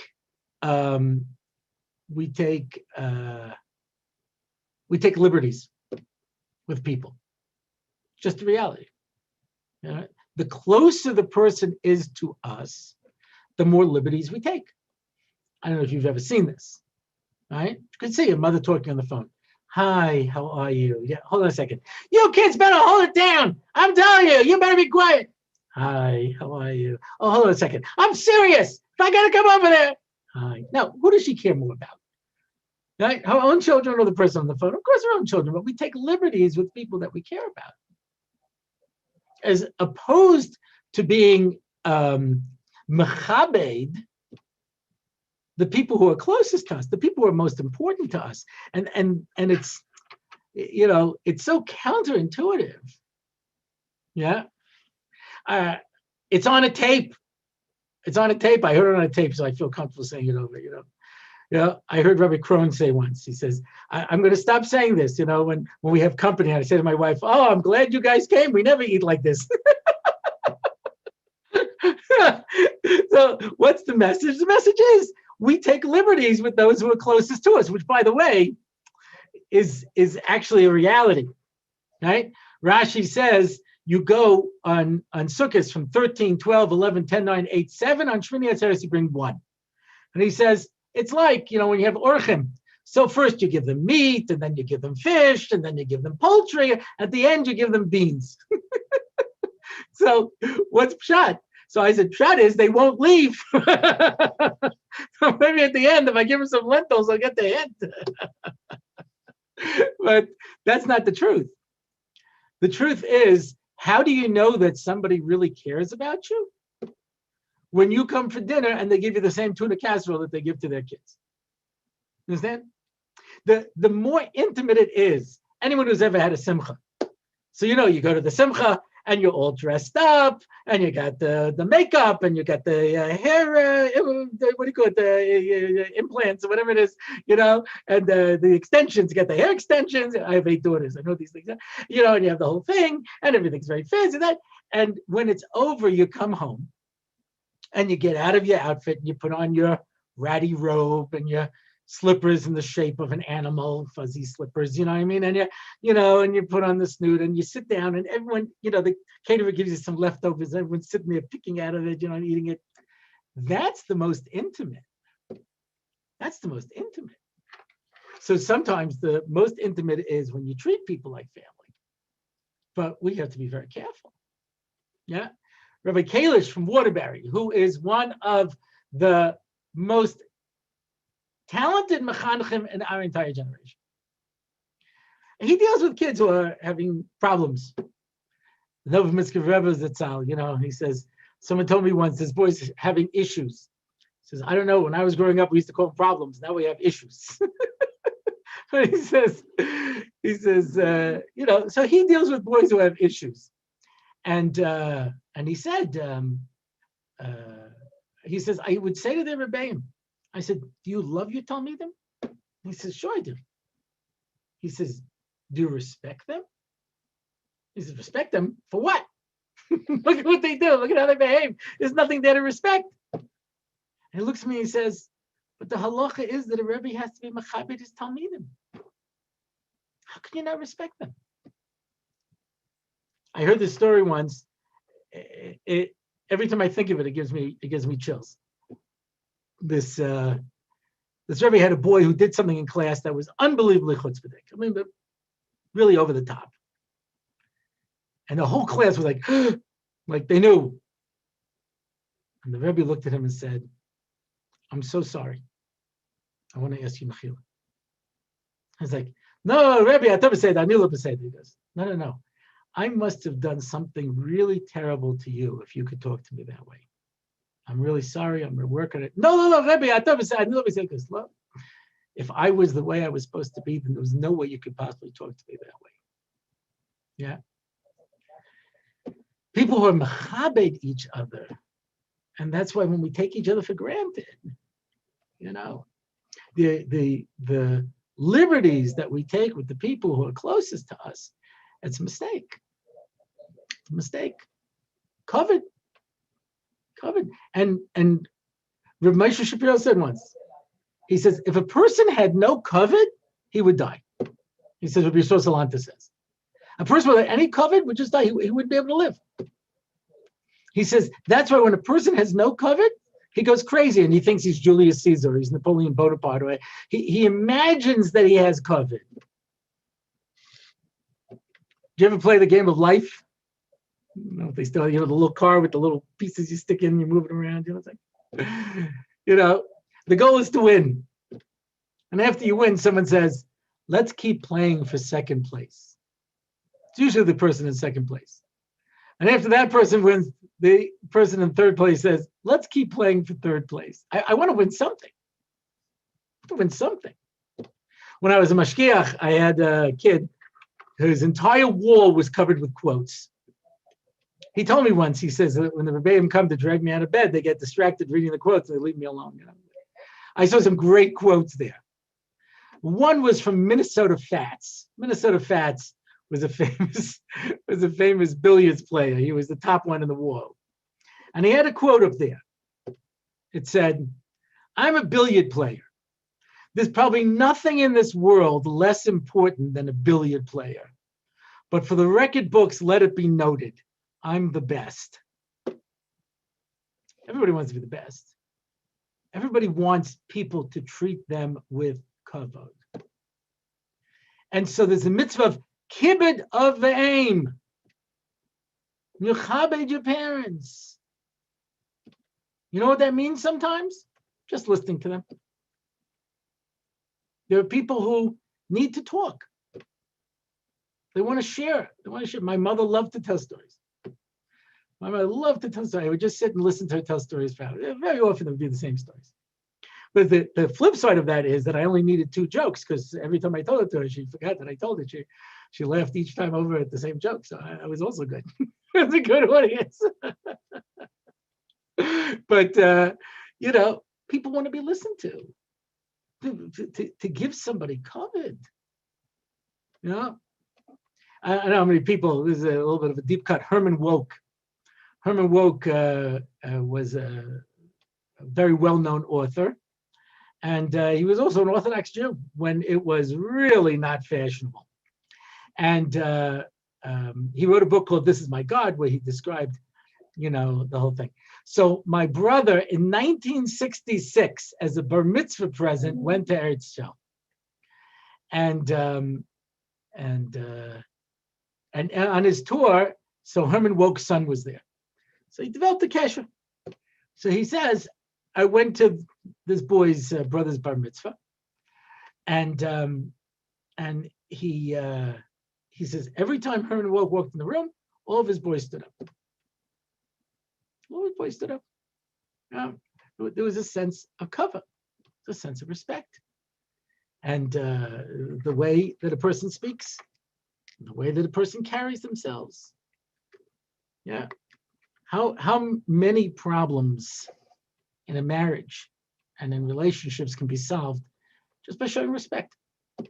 How you speak to somebody, how you approach that person. Yeah. So we're gathered together. As I look at my little Zoom count, all 321 of us.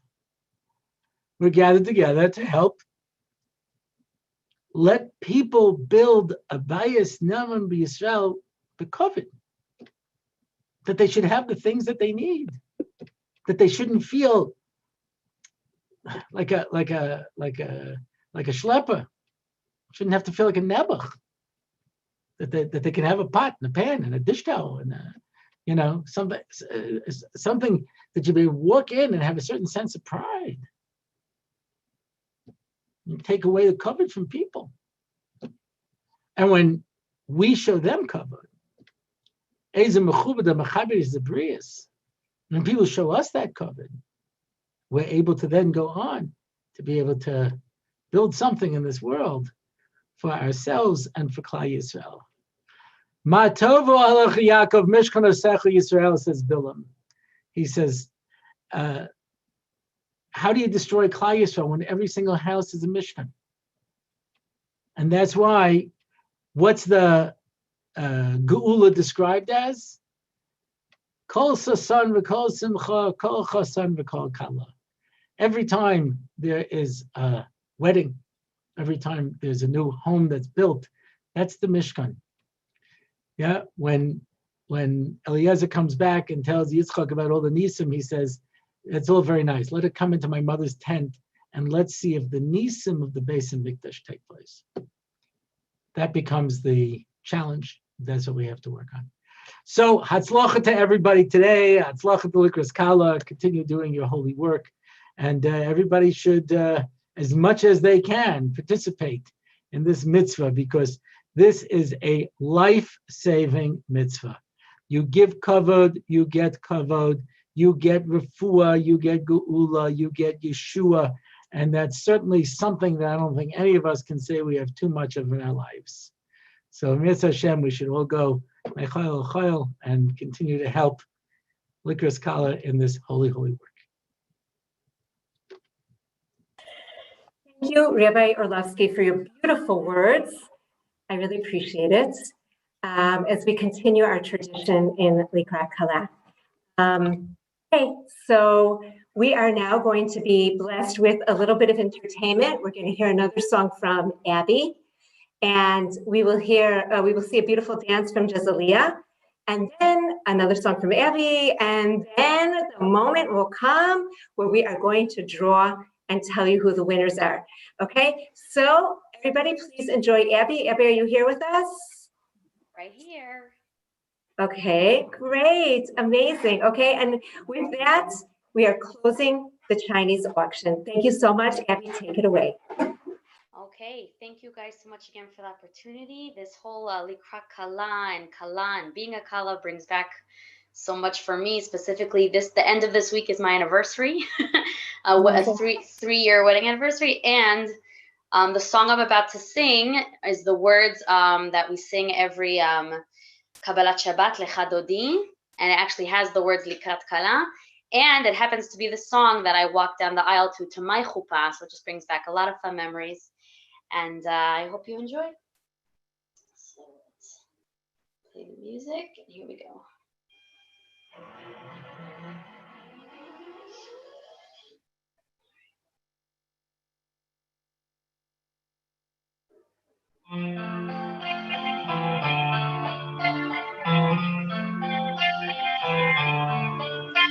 Shamo v'zacho b'dibur echad hishmianu kelam yuchad Hashem echad u'shmo echad v'shemo letiferet u'letila Lecha Dodi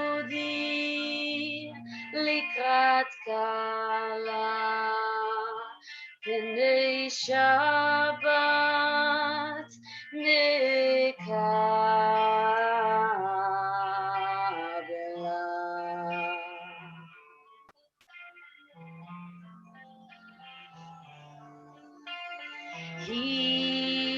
התעוררי, התעוררי, כי באורך קומי אורי,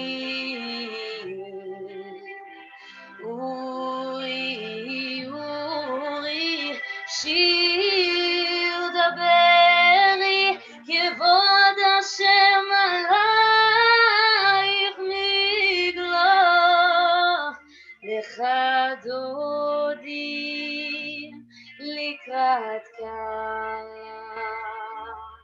בני שבת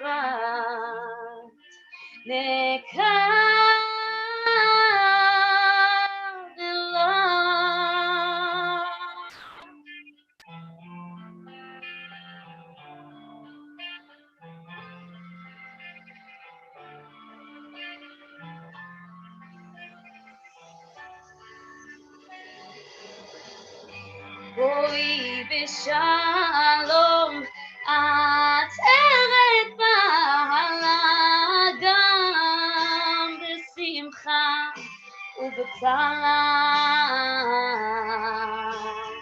תוך אמוני עם סגולה, בואי כלה, בואי כלה, בואי כלה, בואי כלה,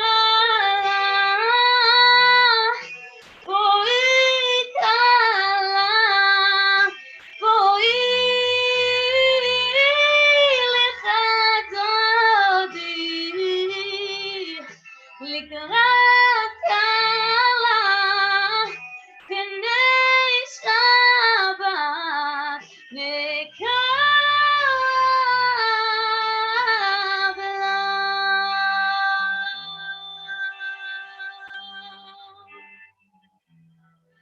בואי כלה,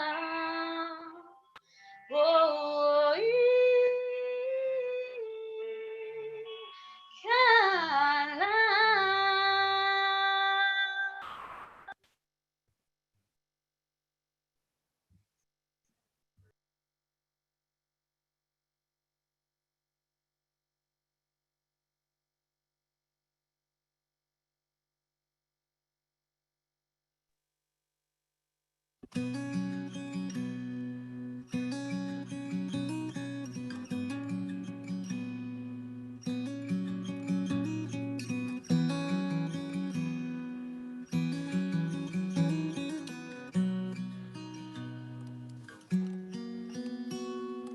Thousands of years we've been waiting, through all of the pain and hearts breaking.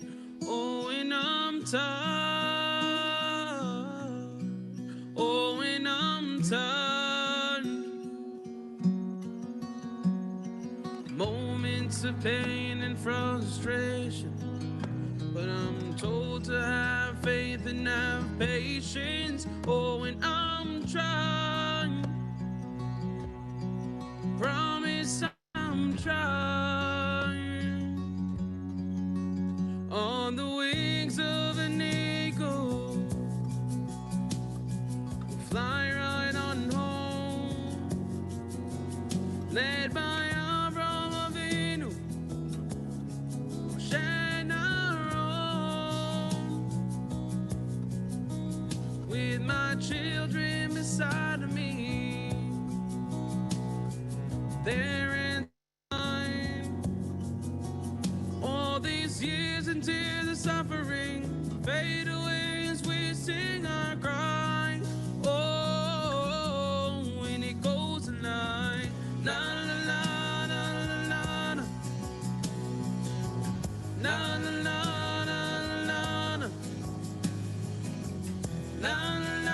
na na na na. Thousands of years we've been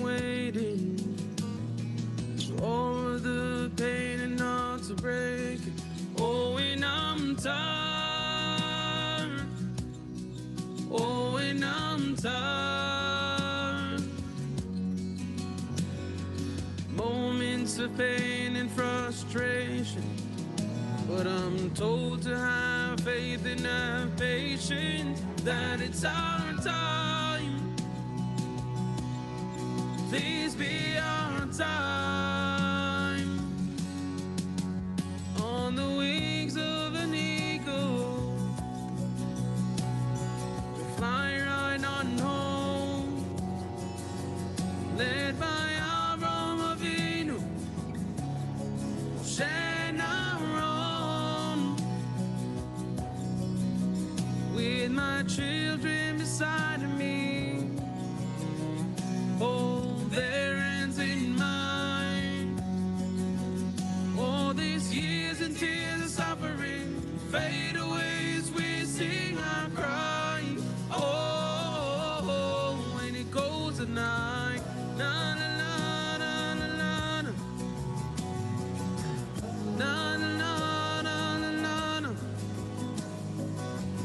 Na na na na na na na na na.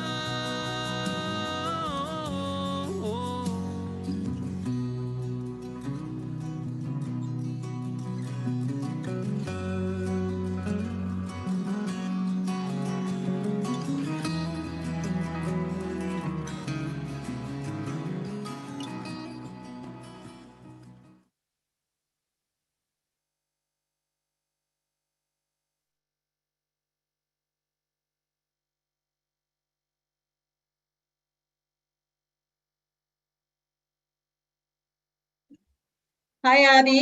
We'd love to hear another song.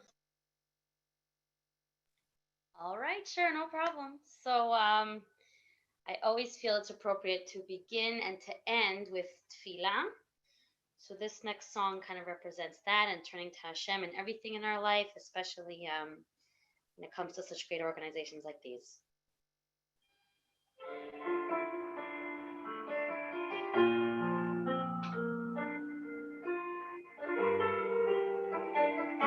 קריוקי פסנתר. כשהלב בוחר, רק אלוקים שומע, הכאב עולה מתוך הנשמה, אדם נופל לפני שהוא שוקע, בתפילה קטנה חותך את הדממה. שמע ישראל אלוקיי, אתה כל יחד, נתת לי את חיי, נתת לי הכל. בעיניי דמעה, הלב בוכה בשקט, וכשהלב שותק, הנשמה זועקת. שמע ישראל אלוקיי, עכשיו אני לבד, חזק אותי אלוקיי, הסר שלא אבחן. הכאב גדול ואין לאן לברוח, עשה שיגמר, כי לא נוצר בי כוח. כשהלב בוחר, הזמן עומד מלכת, האדם רואה את כל חייו פתאום, אל הלא נודע הוא לא רוצה ללכת, לאלוקיו קורא על סף תהום. שמע ישראל אלוקיי, אתה כל יחד, נתת לי את חיי, נתת לי הכל. בעיניי דמעה, הלב בוכה בשקט, וכשהלב שותק, הנשמה זועקת. שמע ישראל אלוקיי, עכשיו אני לבד, חזק אותי אלוקיי,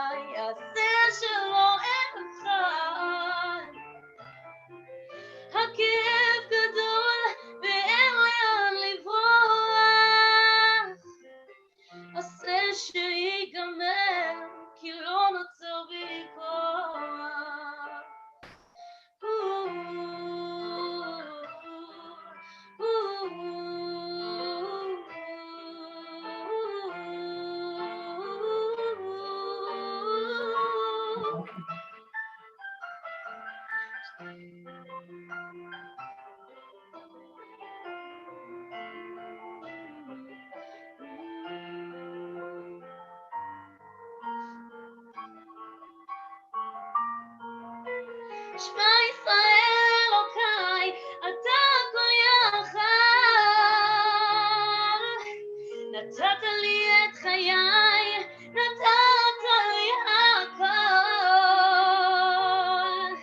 בעיניי דמעה, הלב בוכה בשקט. וכשהלב שותק, הנשמה זועקת. שמע ישראל אלוקיי, עכשיו אני לבד. חזק אותי אלוקיי, הסר שלא אבחן. הכאב גדול ואין לבכות, עשה שיגמר, כי לא נוצר בי כוח.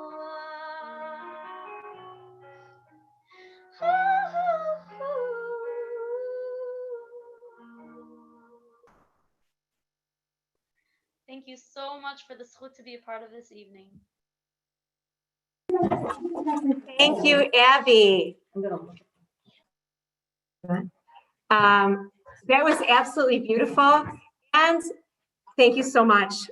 I just before we really end, I have to give a second. Oh wait, did we do a shout out? No, you don't do it. Okay. Just want to really thank so much Pircha and Sharon from Shemesh Media. You guys don't know how wonderful they are. They're not just amazing in organizing and in advertising. They are true friends who know how to give me a hug and support that I really needed. And I am so indebted. And I just want to thank all of you for supporting Likra Kala and making this part of all of our lives. And I want to give everyone a bracha that Bezrat Hashem in the zchut that tonight we all came together to do this wonderful mitzvah of Hachnasat Kala and to keep helping the Kalas who come to us. I want to give each and every one of you a bracha. Bezrat Hashem, anybody who needs to find their zivug should find their zivug bimhera v'yameinu, quickly. And don't forget to call me and tell me. And everybody who needs a refuah shlema should Bezrat Hashem have that refuah shlema. And anyone who needs Yeshua, and I think this is an amazing time for us all, just for 1 second, let's raise our hearts and our words in a tefillah to Hashem, every one of us. We're all together. We're still 291 women. Let's all take a second to daven. Everybody say a name to themselves who you want to have a refuah shlema, or you want that they should find their zivug.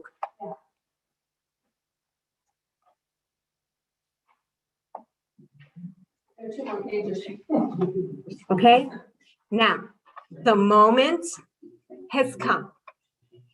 Yeah. The moment has come. And also thank you to Jezaliyah, who did such a beautiful dance for us. And Abby, of course, who sang so beautifully for us. Okay, and everybody here who's just done a great job. And all of you who have come. And I keep stalling, but we have the winners. And in keeping with the tradition, I'm gonna pass the sharvit. I keep saying, how do you say a sharvit in English? See how long I've been, what is it? The baton. The baton is set, the wand, okay? I'm gonna pass it over to my dear friend, Debbie Sasson, in keeping with tradition, and she is going to call off the Chinese auction winners. I just wanna make this very clear. We're not gonna say all 87 raffle tickets, because we realize that you guys wanna go to sleep at some point tonight. But I do want to say that there are some gifts that we just have to wait till after lockdown, that I wasn't able to pick up a coupon at IKEA. So if you want it, you're just gonna have to wait a little while to get it. Okay, and soon we're gonna be out of lockdown, Bezrat Hashem. Okay, thank you so much. And here's my dear friend, Debbie Sasson, in keeping with the tradition. Thank you, everyone. Good evening, everybody. Thank you so much for participating in the Likra Kala annual event, Chinese auction, raffle, and of course, all the wonderful divrei Torah that we had from Rabbi Krohn and Rabbi David Orlovsky, and also the entertainment from both of our singers and dancers. Thank you very much. I also want everybody here to give a tremendous hakaras hatov to Sedina for all of her work. She alluded to it a little bit, how she's up at until 2 o'clock in the morning and wakes up at 6 o'clock in the morning in her owl mode and works tirelessly on behalf of Hashem's Kalas. And she really gives us the ability to participate in this tremendous mitzvah. Without Sadina and her family, we wouldn't have this mitzvah. We'd have to find another way. And she really makes it so easy and so entertaining for us to do it. So thank you very much from all of us. I know you're my friend for some reason. Thank you, Debbie. Okay, so here we have the moment that everybody has been waiting for. So we're going to start with Pinsky Jewelry, and the winner is Michal Fried. All right. And these aren't in order, so if you had prize number 1, 2, 3, 4, it doesn't matter. You just remember which gifts you were hoping to win. All right, the laser printer with ink goes to Ilana Dolan. The toy store voucher from Pirata Dome goes to my neighbor, Shirley Rendell. I don't know if you're online, but you'll know where to come pick it up at my house. All right, the Holy Bagels voucher goes to Aviva Gordon. The Katsepet voucher goes to the tireless Pircha Soloveitchik for all of her hard work in helping with this event. The voucher for Anit goes to Janice Cohen. And the Amazon coupon that everybody wanted so much goes to Mati Myers.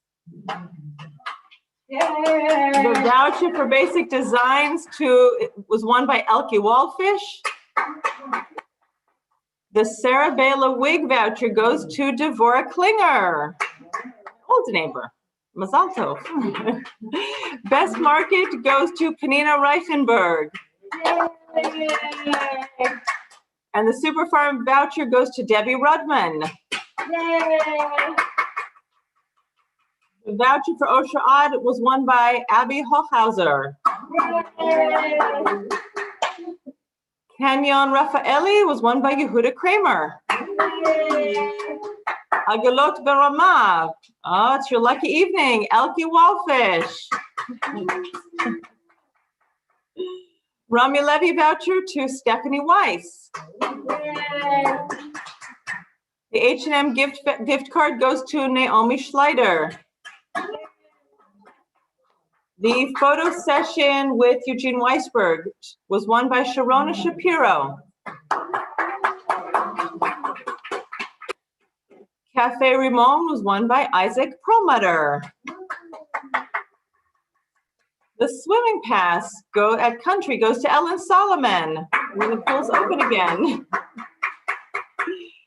Instapic Portrait in Print goes to Mayan Miss. IKEA was won by Avi Fine. The Dream Card voucher was won by Malka Crandell. Magical Moments goes to Ilana Friedlander. The Family Getaway was won by Deborah Messing. Kolak Fawim to Nessie Perry. And the original painting goes to Abraham Gutstein. It says Abraham Gutstein here. They're cousins. The cousin one is cousin painting. How beautiful. Yay! Wait, and now the grand prize. I need a different piece of paper. Okay, everybody get your Jeopardy clocks going. Da da dum dum dum dum dum. What did we just see?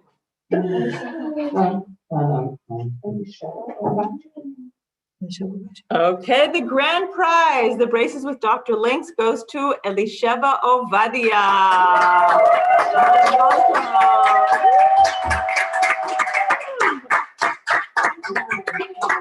Okay, wait, Osher Odd, somebody wanted me to repeat Osher Odd. Abby Hochhauser. Okay, guys? Wait, let me, you guys will all get emails and phone calls. The pickup for all the prizes, the Chinese auction prizes and the raffle prizes is Friday between 11 o'clock and 2 o'clock at my house, Nachal Rifaim 21/4. So if you are the lucky winner of any of the prizes, be sure to be in touch with me Friday afternoon and you'll be contacted with the details again. Thank you. Debbie will be contacting the winners next year again. Bezrat Hashem.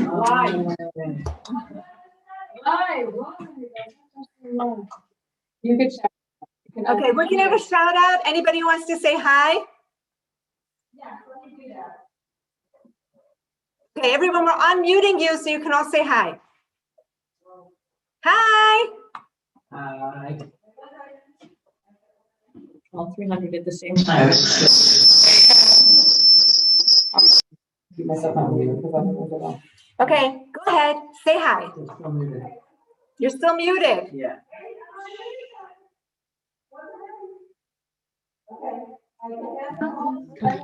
He doesn't want to.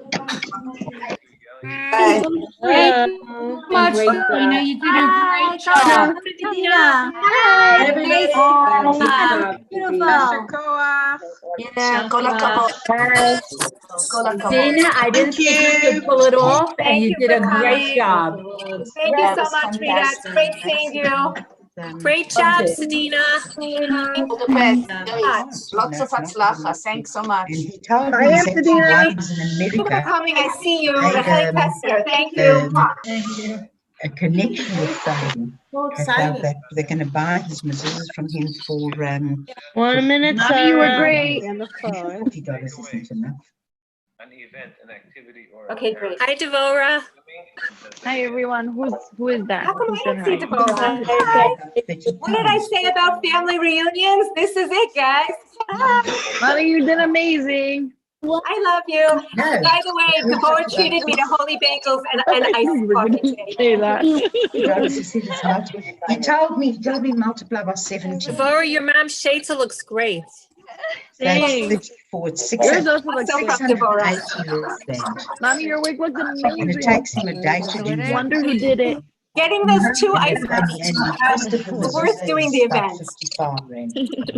I love you. Love you. Bye-bye. Great, Tati. Bye. Bye-bye. Mommy, my heart dropped when I heard Devora for the wig. Yeah. I think it's a little. I'm sure that they can get the guy over here, the David Someone's Friedler. unmuted and He they're charges speaking. 500 shekels for his missus. Bad. Hi, sorry. And I'm sure Azrael's missus must be lovely. Oh, so want to end it? Sorry. Thanks for coming. Wait till people go away. That's what he Sorry, said. is Aaron I think still on? 670 Is Aaron rand on? is, it's like 200 Maybe me and rand, Yossi? 200 Yeah, but shekels I and think missus and Aaron's on. Azrael's Yossi, I think Aaron is on. I was looking for him. I didn't see Let me anyone. call him. Let me tell him to get on. But he says it's Okay. like a regular thing. They're prepared to take as many as he'll make. Hi, thank you so much. Thank you he's for to a coming, wholesaler. Mituka.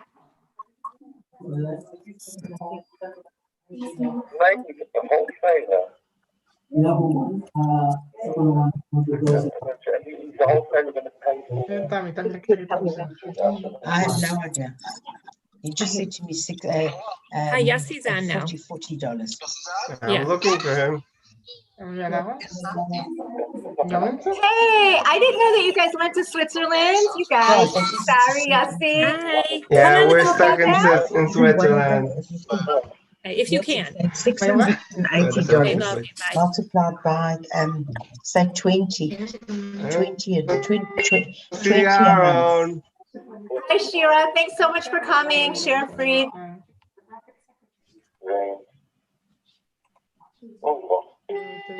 No, it's not such a lot. Hi, Miriam. Thanks so much for coming. So nice of you guys that you're here. Is it Evelyn Look, Jacobs? whatever it is, at least he knows he can do it.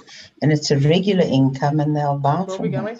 So he doesn't have to wait for the Gina, it's such a surprise to see buyers you. over here. You look so familiar. I'm Can you so guys tell proud that of we're you. sisters?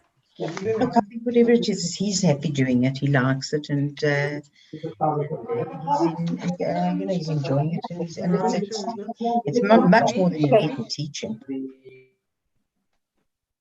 Hey, Tommy. It's much nicer than teaching. Oh, it could be this Laila person trying to Tov. phone me Time back. to go to sleep, not at 2 o'clock in the morning.